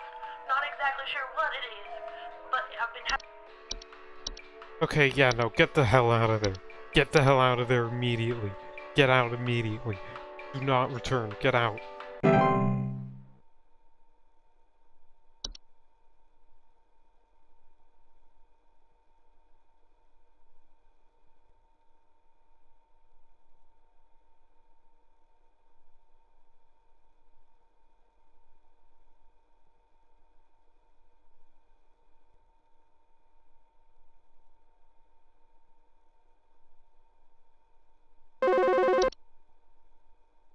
The pile keeps growing.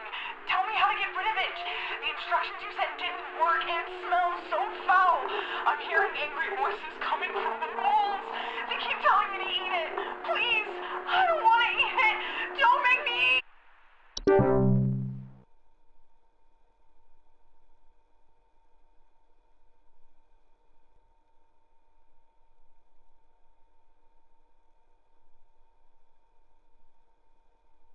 That was the Fae Feast?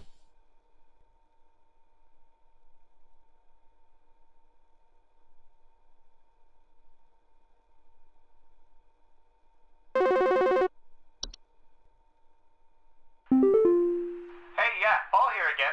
Thanks a bunch for nothing, pal. I followed the instructions you sent and they did jack. I ain't gotten a wink of sleep. My kids are breaking out in all sorts of rashes. See you never.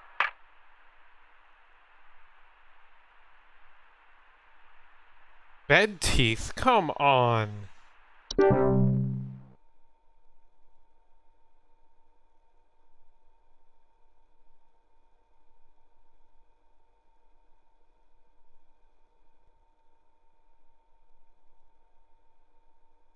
Was that bed teeth?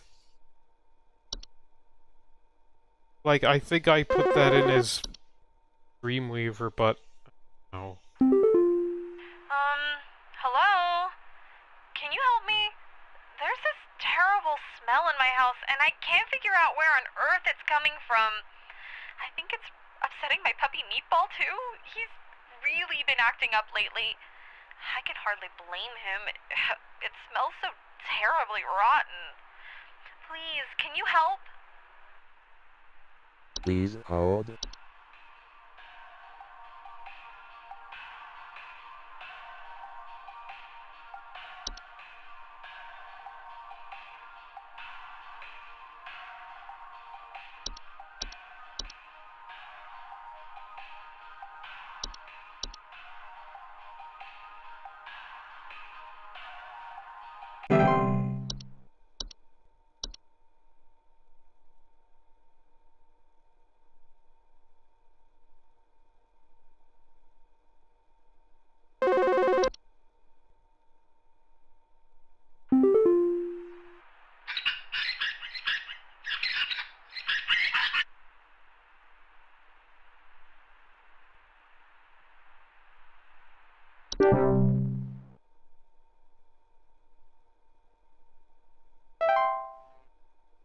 Ah.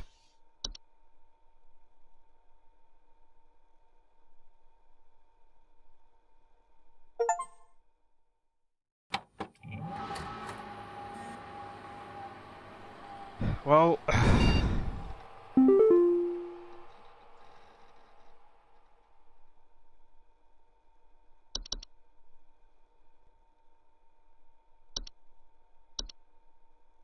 After your reports, we're most pleased with your labors and are currently making all the necessary preparations for your impending dissension, assuming you pass the trial. The soil's fertile. Keep up the great work. Thanks for working through the weekend.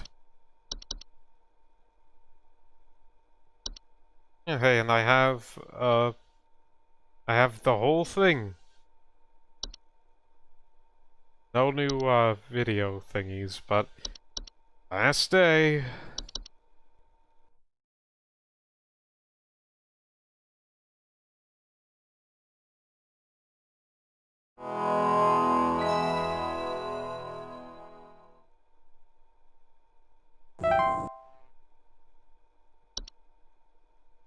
I don't like that.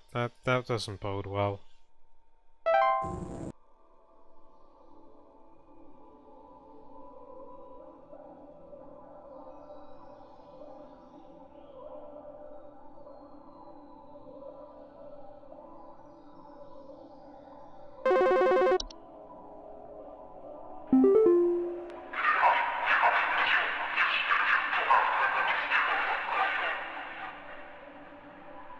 We are many, we are above. We are followers of our queen. What are Please we? hold.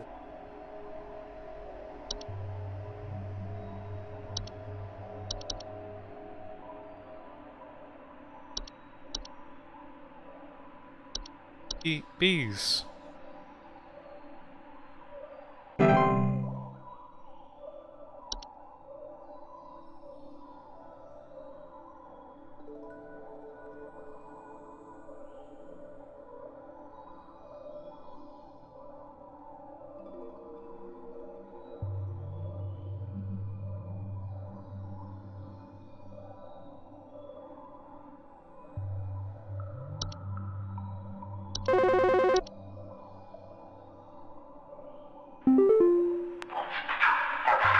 I am not giving, yet I clatter. I am small, I am weak. I serve my purpose, then I die. Please hold. What am I? Animation.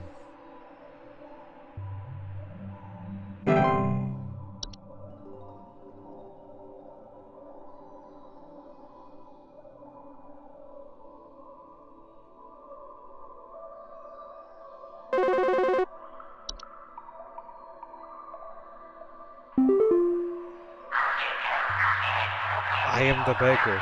I am the encroacher of the dry. I am a friend to the water of the sky? What am I? Please hold. I think that is the rain nymph.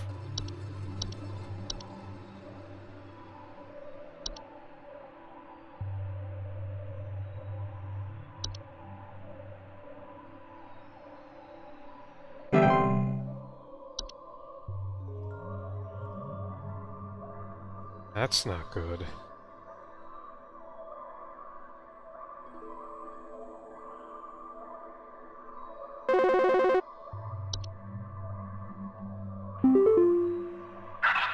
I am the harbinger of death. I am the bringer of pestilence. I am forever the nuisance. What am I? Please hold.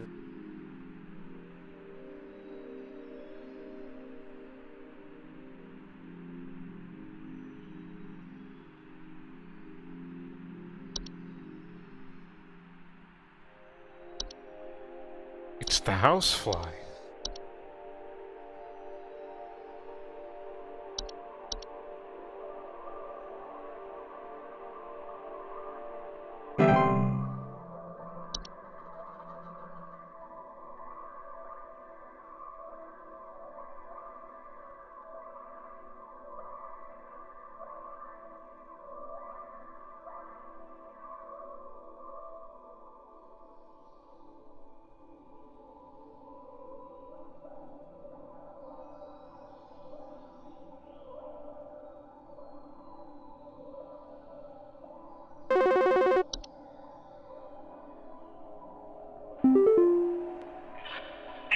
Seek the domains of those who have too much.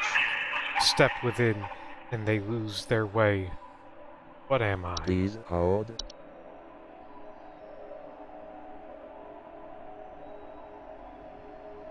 I think it is the closet labyrinth.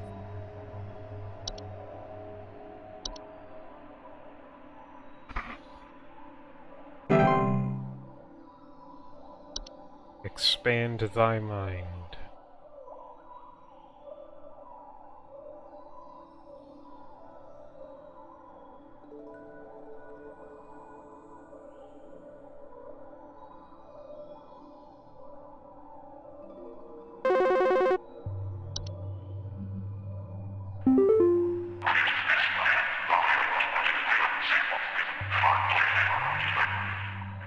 We are companions of the gardens. We compel those who tread to tread no longer. What are we? Please hold.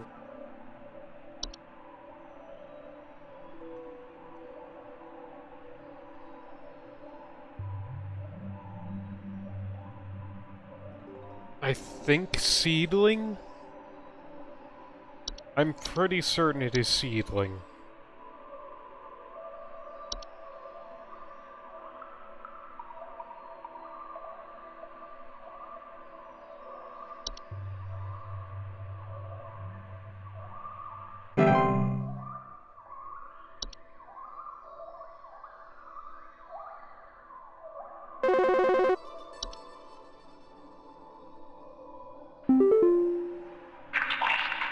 I am the dancer, I am the bringer of destruction. I consume the weak and the reckless. I am the forsaken oil and the careless light. What am I? Yeah, what the fuck?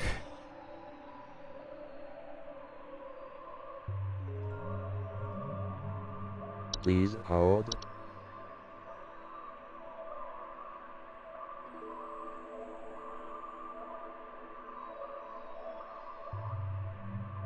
Wait, it's housefire. Of course.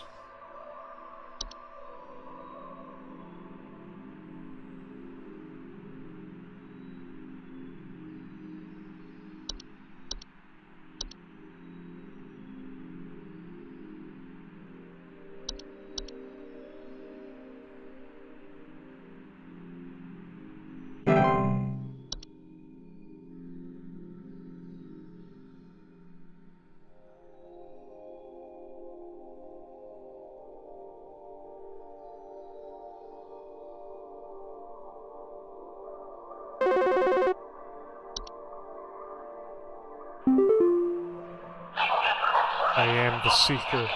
I am the one who delivers.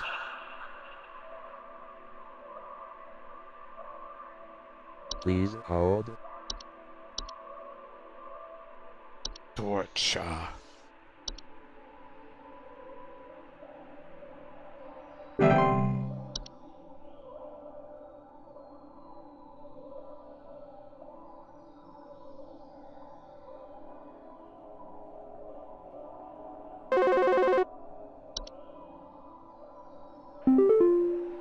Hello. Supervisor Carroll here. We've been watching you closely. For all this time, you have been providing excellent and accurate answers to our callers. These acts will not go unrewarded, and I'm pleased to report that you have qualified for a promotion. Please stand by while I prepare thy promotion. Promotion in progress. Please stand by.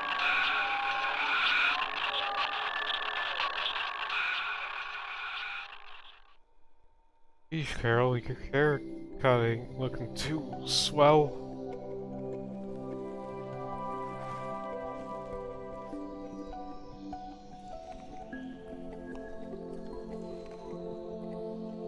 Please, be not afraid. Come close. Okay.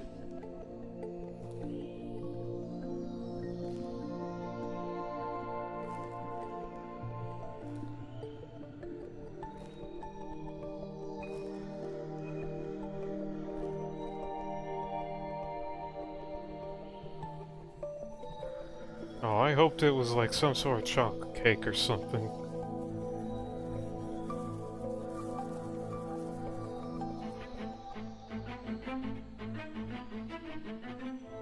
Congratulations! All hail our new junior supervisor!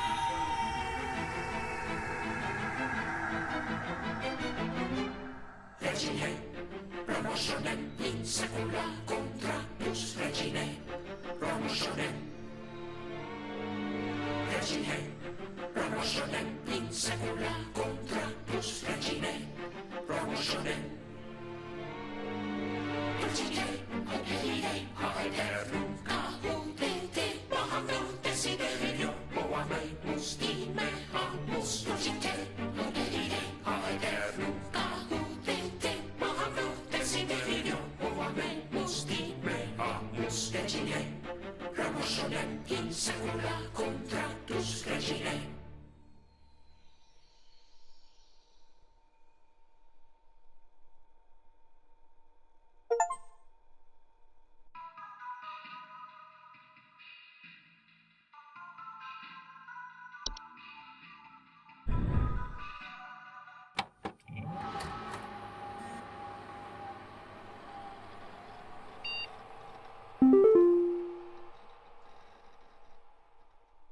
GG. Options that allow for post-descent manipulations. Employment immunity, always display accuracy. Add button to skip call wait time.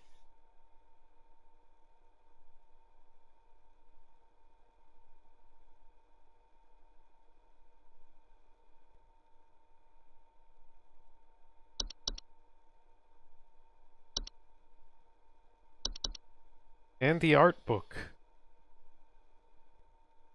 Hi, I'm Nick Lives, the creator of Home Safety Hotline. If you're hearing this, it hopefully means you're invested enough in this game to be curious about its development. If so, you've come to the right place. Wow! Let's peek into the game's art, development process, and all the human messiness that entails. Hope you enjoy this thorough and admittedly indulgent look into what into making Home Safety Hotline the game it is right now. I was maybe 10 or 12 years old. My grandmother gifted me a Dungeons & Dragons monster manual she picked up from a thrift store. Immediately I fell in love with this book, despite having no idea what its purpose was. I would scour its pages constantly, learning everything I could about its many, many imaginative creatures. Since I started developing games, I very much wanted to make a game about the pure joy I experienced flipping through a bestiary. Many games have featured in-game bestiaries, but rarely is it important to actually read through them in much detail. My first attempt at crafting a game based around my love for bestiaries was a game aptly titled Bestiary, a fantasy game in which you could play as a researcher testing the dead bodies of monster corpses with various magical implements in an attempt to write an accurate bestiary entry for them, noting properties as you went. Eyes gloss it over like a pearl, no signs of leafy even when it was leafy. Notice fast poison, weak to fire, plus finish entry. This prototype never really made it past the conceptual stage, these concept art pieces and a crude interactable UI being as far as I took it. I wasn't fully happy with this direction as it was rather art-heavy, seemed too generic, felt a little like the activity that inspired it. Felt little. Skip ahead a while, and my wife and I wind up both getting jobs as actors at a local fantasy theme park called Evermore Park, in which she played a beautiful fairy and I voiced and puppeteered this big monster called the Fae King. The park gave a lot of improvisational freedom to its actors, and my wife and I both wound up really stretching some creative muscles while we were there. Every day, we'd be crafting up stories on the spot for guests and improvising scenes with other actors. Eventually, many of the actors quit or were let go, but the park left a substantial creative void within many of the people who worked there, myself included. As time went on, I sorely missed performing and improvising with other actors, and the constant but rewarding creative challenge of tale weaving and lore crafting on the fly. 1-800 Bestiary. During the pandemic, as things felt increasingly dire and lonely, I wrote up a new design document entitled 1-800 Bestiary, a game about answering calls for a hotline that prescribes solutions to various kinds of monster infestations. The hope was, with the caller angle, I'd be able to wrangle a bunch of actor friends into this fun and quick project, and maybe we'd all get a chance to recreate some of that creative spark. I'd finally get to scratch my childhood bestiary itch. Alas, other properties came up with other projects I was developing, so 1-800 Bestiary remained on the back burner for another 3 years.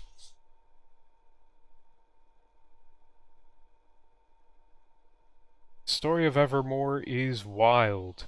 The park is just flat out closed now. The new owners might reopen it, but he might just make apartments. Damn. A game about working in the help desk of a dark arts and monster hunting service. You get calls from clients describing different monsters, and it's up to you to find out which monster best fits their description so you can prescribe them the appropriate solution. You have at your disposal several books worth of information on monsters and solutions. Ultimately, a game about being a dark arts scholar and the joy of research. Gameplay loop. We're at your desk, with all your monster tomes at your disposal. Your answering machine will occasionally play a message from someone describing a problem they are having with what? Fungool. Fungool.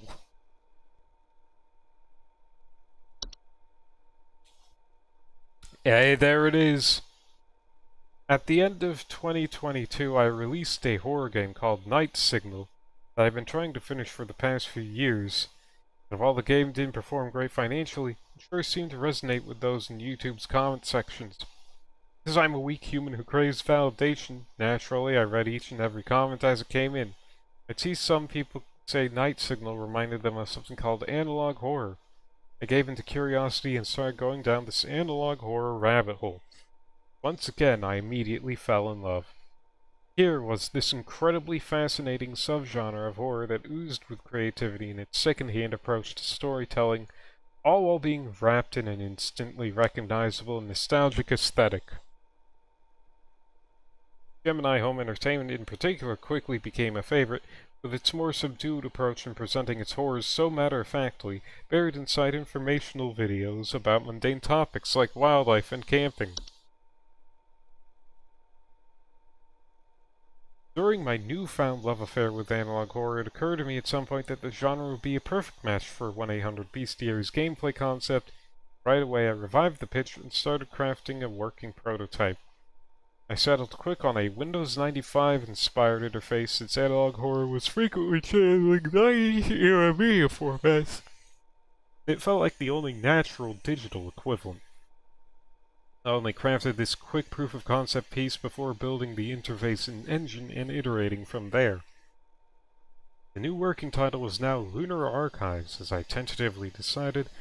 The new concept would revolve around aliens. At this time, the idea was that the aliens and monsters could be from anywhere in the world, since that opened the largest number of creative possibilities. I struggled to come up with interesting monsters in such a broad setting, however, and it didn't really feel scary yet to read about a monster that lives nowhere near me. Lives in your home. Analog horror meets Papers, Please. Phone safety hotline.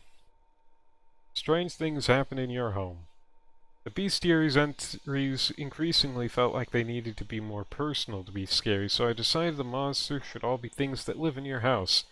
Out of curiosity, I asked my wife one day if she knew of any folklore about monsters that live in your house. The answer was goblins. Oh, hell yes, now we're talking. I excitedly grabbed one of my sketchbooks so I could doodle up some weird gobos and a new, more fitting title idea.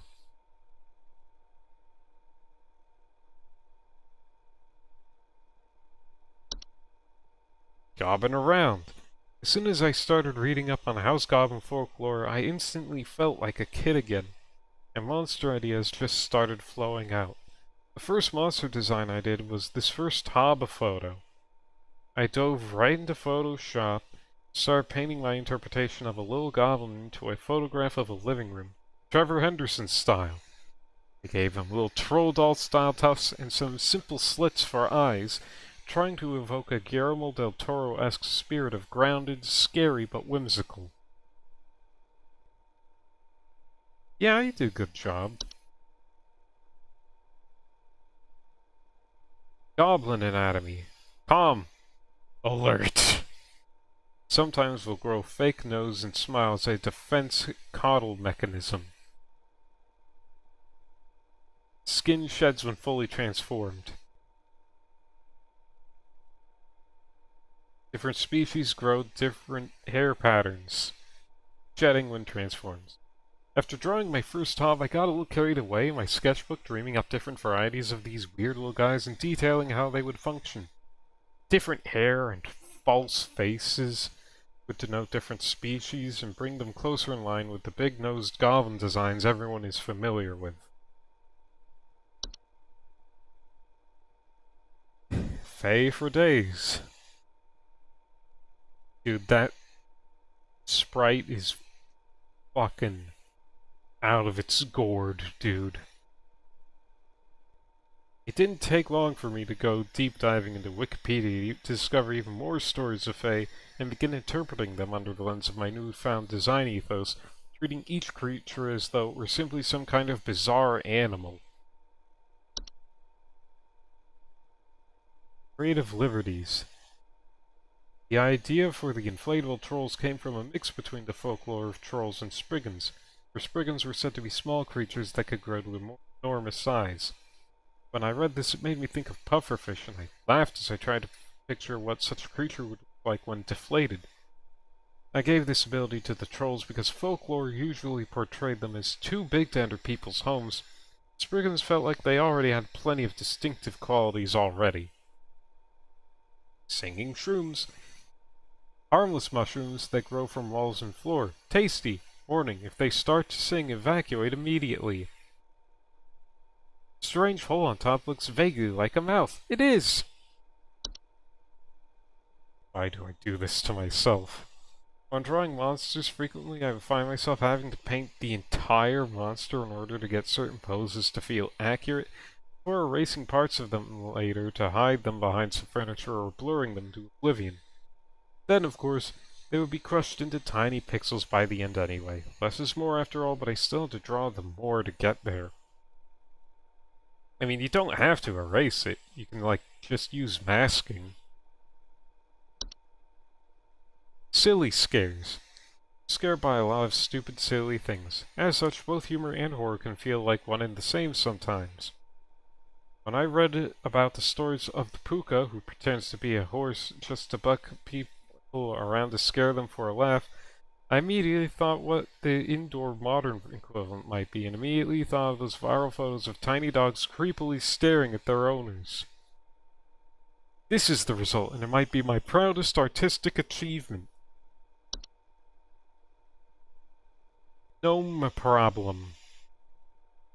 These gnomes in particular may have suffered the most from the reduction in image fidelity when compared to their paintings, so here they are in all their high definition glory. Check them out. Check out them little guys. Yep. I, Spriggan Spy. The Spriggan by far may be the hardest creature to spot. All throughout development, I've asked playtesters to try and find the Spriggan. No one has found the Spriggan. I could consider this failure on my part as a designer, but instead I left it as is in the final product. Make of this what you will. Oh yeah, there he is. There the face now. I see it. Face similar to the Hobbs.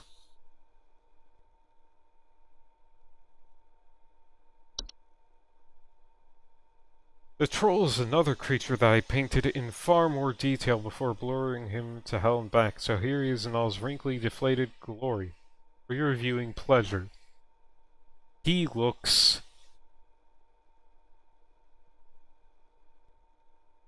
He looks a lot less intimidating up close.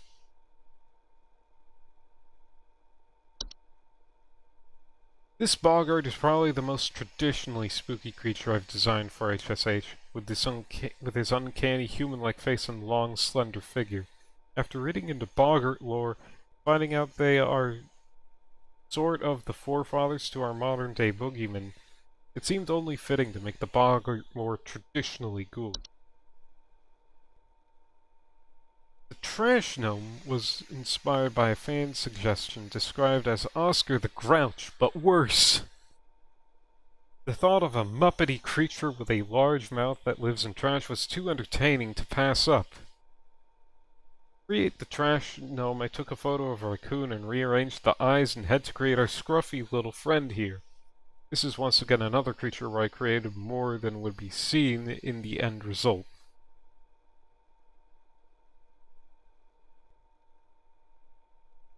I guess I was right, it is literally just a raccoon.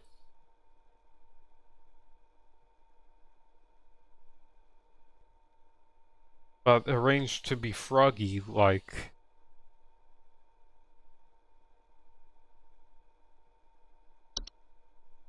Self-writing entries. Source photographs for entries, I would browse free-use CCO photography libraries for photos that looked like they would be perfect for photoshopping a monster within. But on occasion I would stumble upon a photograph that was so intriguing on its own I would be inspired to write an entry for it as is. This photo, for example, by Tasha Kamrowski, was immediately captivating and inspired the mere NIF entry on its own.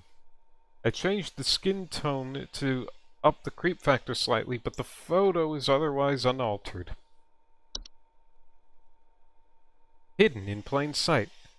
Making people question ordinary objects in this home is both quite funny and quite creepy, and that's something these fan-suggested entries Soap Sprite and Laundry Gnome exhibit pretty well. Oh god, I see his eyes! Oh god, oh god, oh god, oh, oh! Oh, oh, I hate it!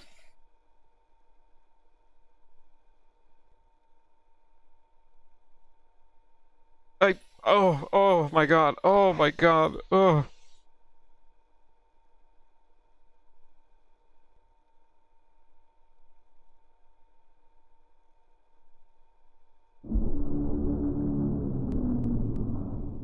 He's just staring at me.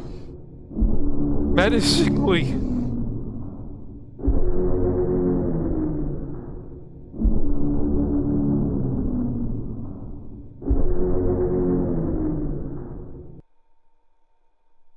Wretched. Oh.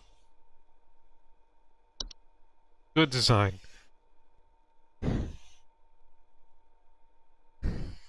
The design for sprites was intended to be a mix between mosquitoes and more traditional fairy designs.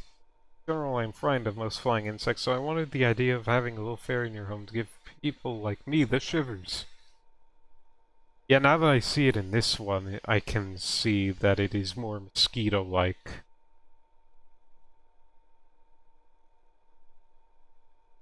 Yeah, and I can see the pose a bit better. Because when I saw it in, like, the crunched down version, it looked like it was doing a Sonic Adventure type pose, you know?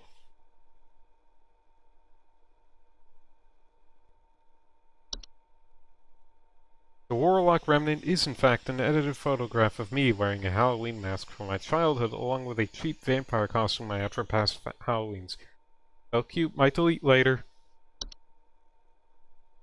The concept of coupons came about after I received feedback from demo players asking for more motivation for playing the game well. Since playing the game poorly would net you more interesting content in the form of the consequence calls. Thought that pointless employee discounts for products offered by HSH would make for funny yet lore-heavy content for high-scoring incentives, and base the look of the product images off of 90s infomercial ads. Yeah. Originally, the game over ending was much simpler and to the point, with Carol firing the player and wiping their memory before sending them on their way. After the promotion ending was written, it was decided to come up with something a little more whimsical for the game over to better suit the world of HSH. Inspired by Roald Dahl's The Witches, we came up with the idea that Carol should turn the player into a mouse instead. Oh, so that's what happened to our Scottish airplane. And that's why he types like that. He's running over the keys.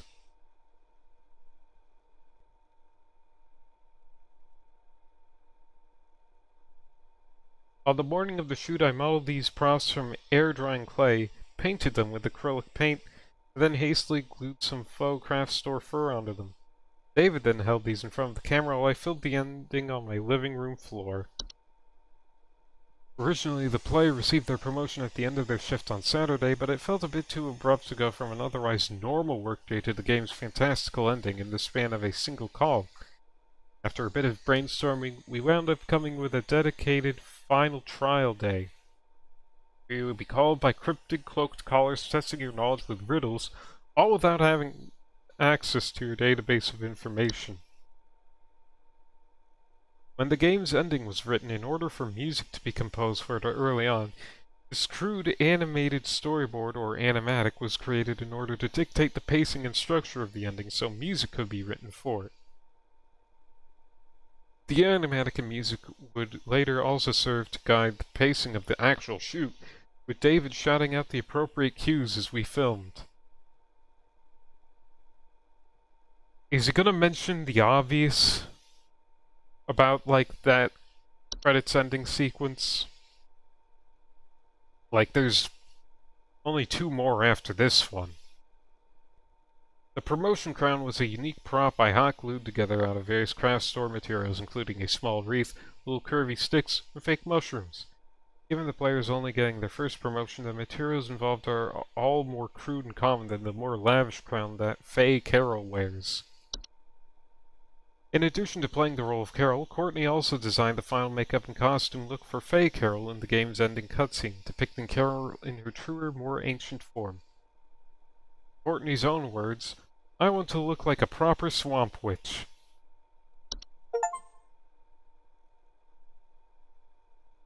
Faye Carroll's costume was also pieced together by Courtney herself, utilizing stressed netting, faux moss, a stressed black skirt, finally topping it all off with a crown fashioned from faux twigs and leaves. Anyway, yeah, the ending credits, the music was super reminiscent of a movie called Troll.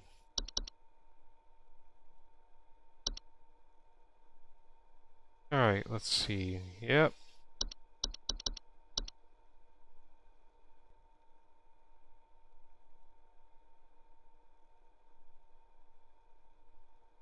Okay, so out of my entire thing, got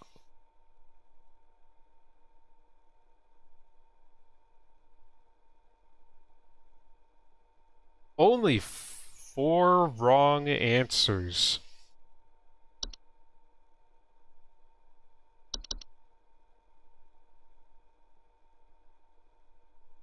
Call training? What is this? Improve your phone operator's speed and accuracy with Call Trainer. Help as many callers as you can. If you fail 3 calls, you lose. Correct answers are worth 50 points each. Multiply your score with combos by getting multiple correct answers in a row.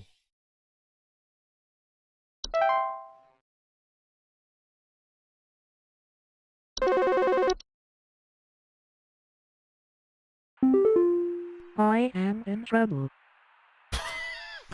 I need advice. I can't sleep at night. There's light shining outside my window, and I hear someone talking. I can't hear them very well, but I think they're talking to me. What do I do? Please hold. That's Night Wisp.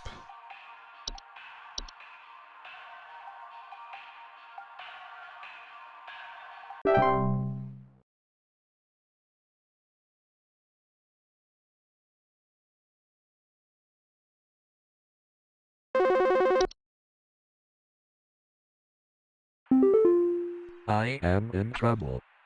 I don't know what to do. My doors won't open. I can feel something pushing against the other side. It sounds crunchy. My windows are starting to be coated in some weird leaves as well. What's going on? I have to figure out what to do quickly. Please hold.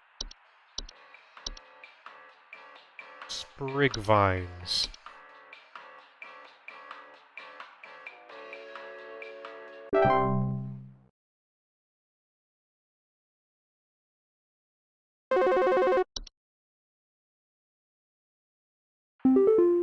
I am in trouble. Please, you need to help me. My house is falling apart. There's a bright and wavy substance that smells very foul, consuming the walls. Please tell me what to Please do. hold.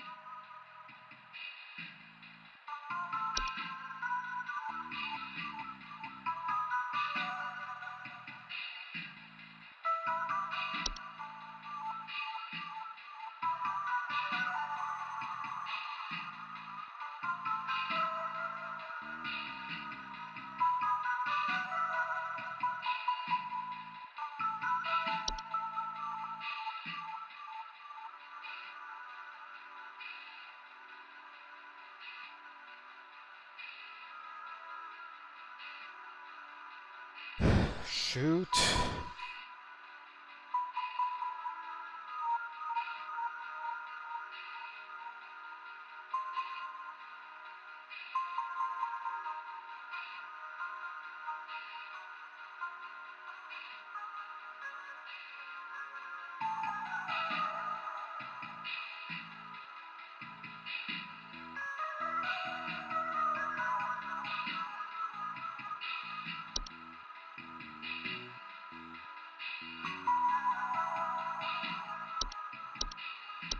Wood secretions.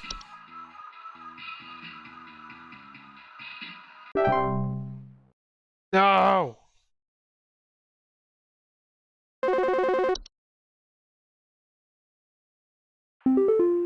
I am in trouble.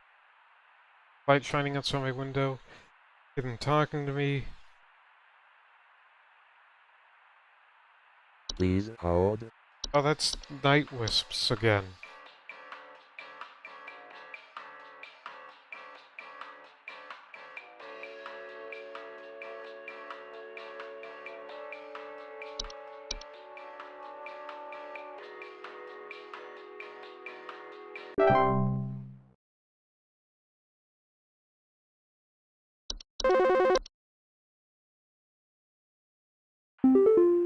I am in trouble.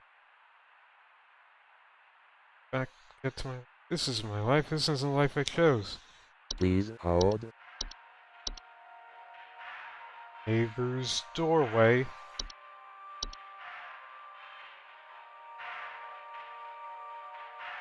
Oh yeah, to answer a question from earlier, I think parallelism is pretty obvious. It's like when you enter a parallel universe. I am in trouble. First headache, gas leak or something. Haven't touched our gas appliances or thing. Now I'm getting chills. Please hold.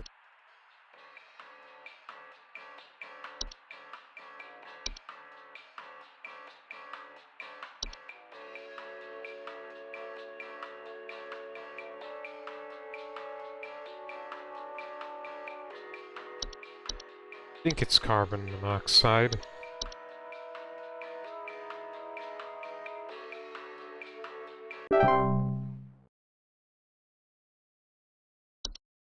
Well.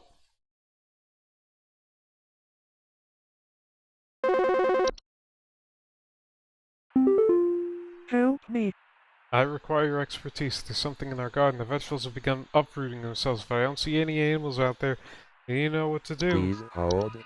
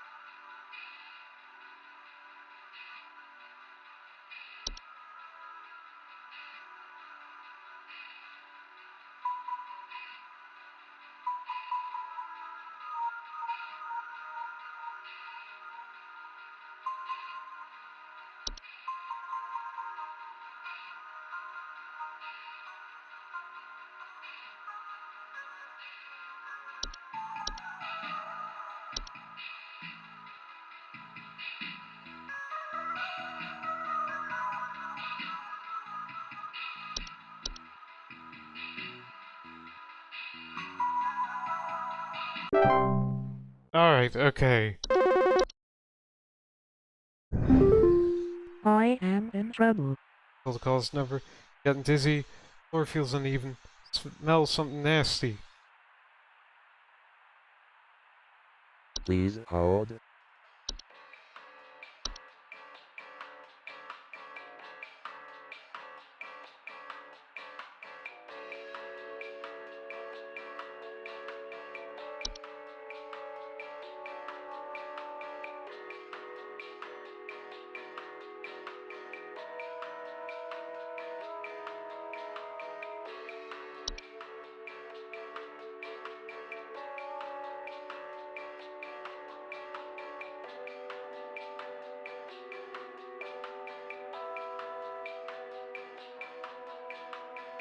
I'm gonna go with cellar growths.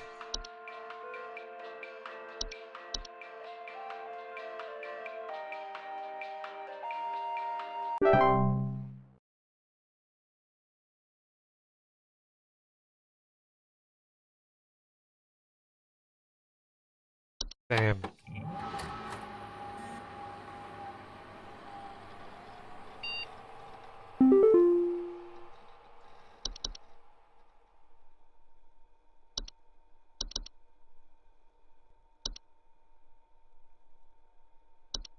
Alright then. Well, that'll do for home safety thing. What a game of fun. I enjoyed it. Alright. Catch you guys next stream. Hopefully the other Halloween spooky game I was planning I can get working. Alright, bye. Or good.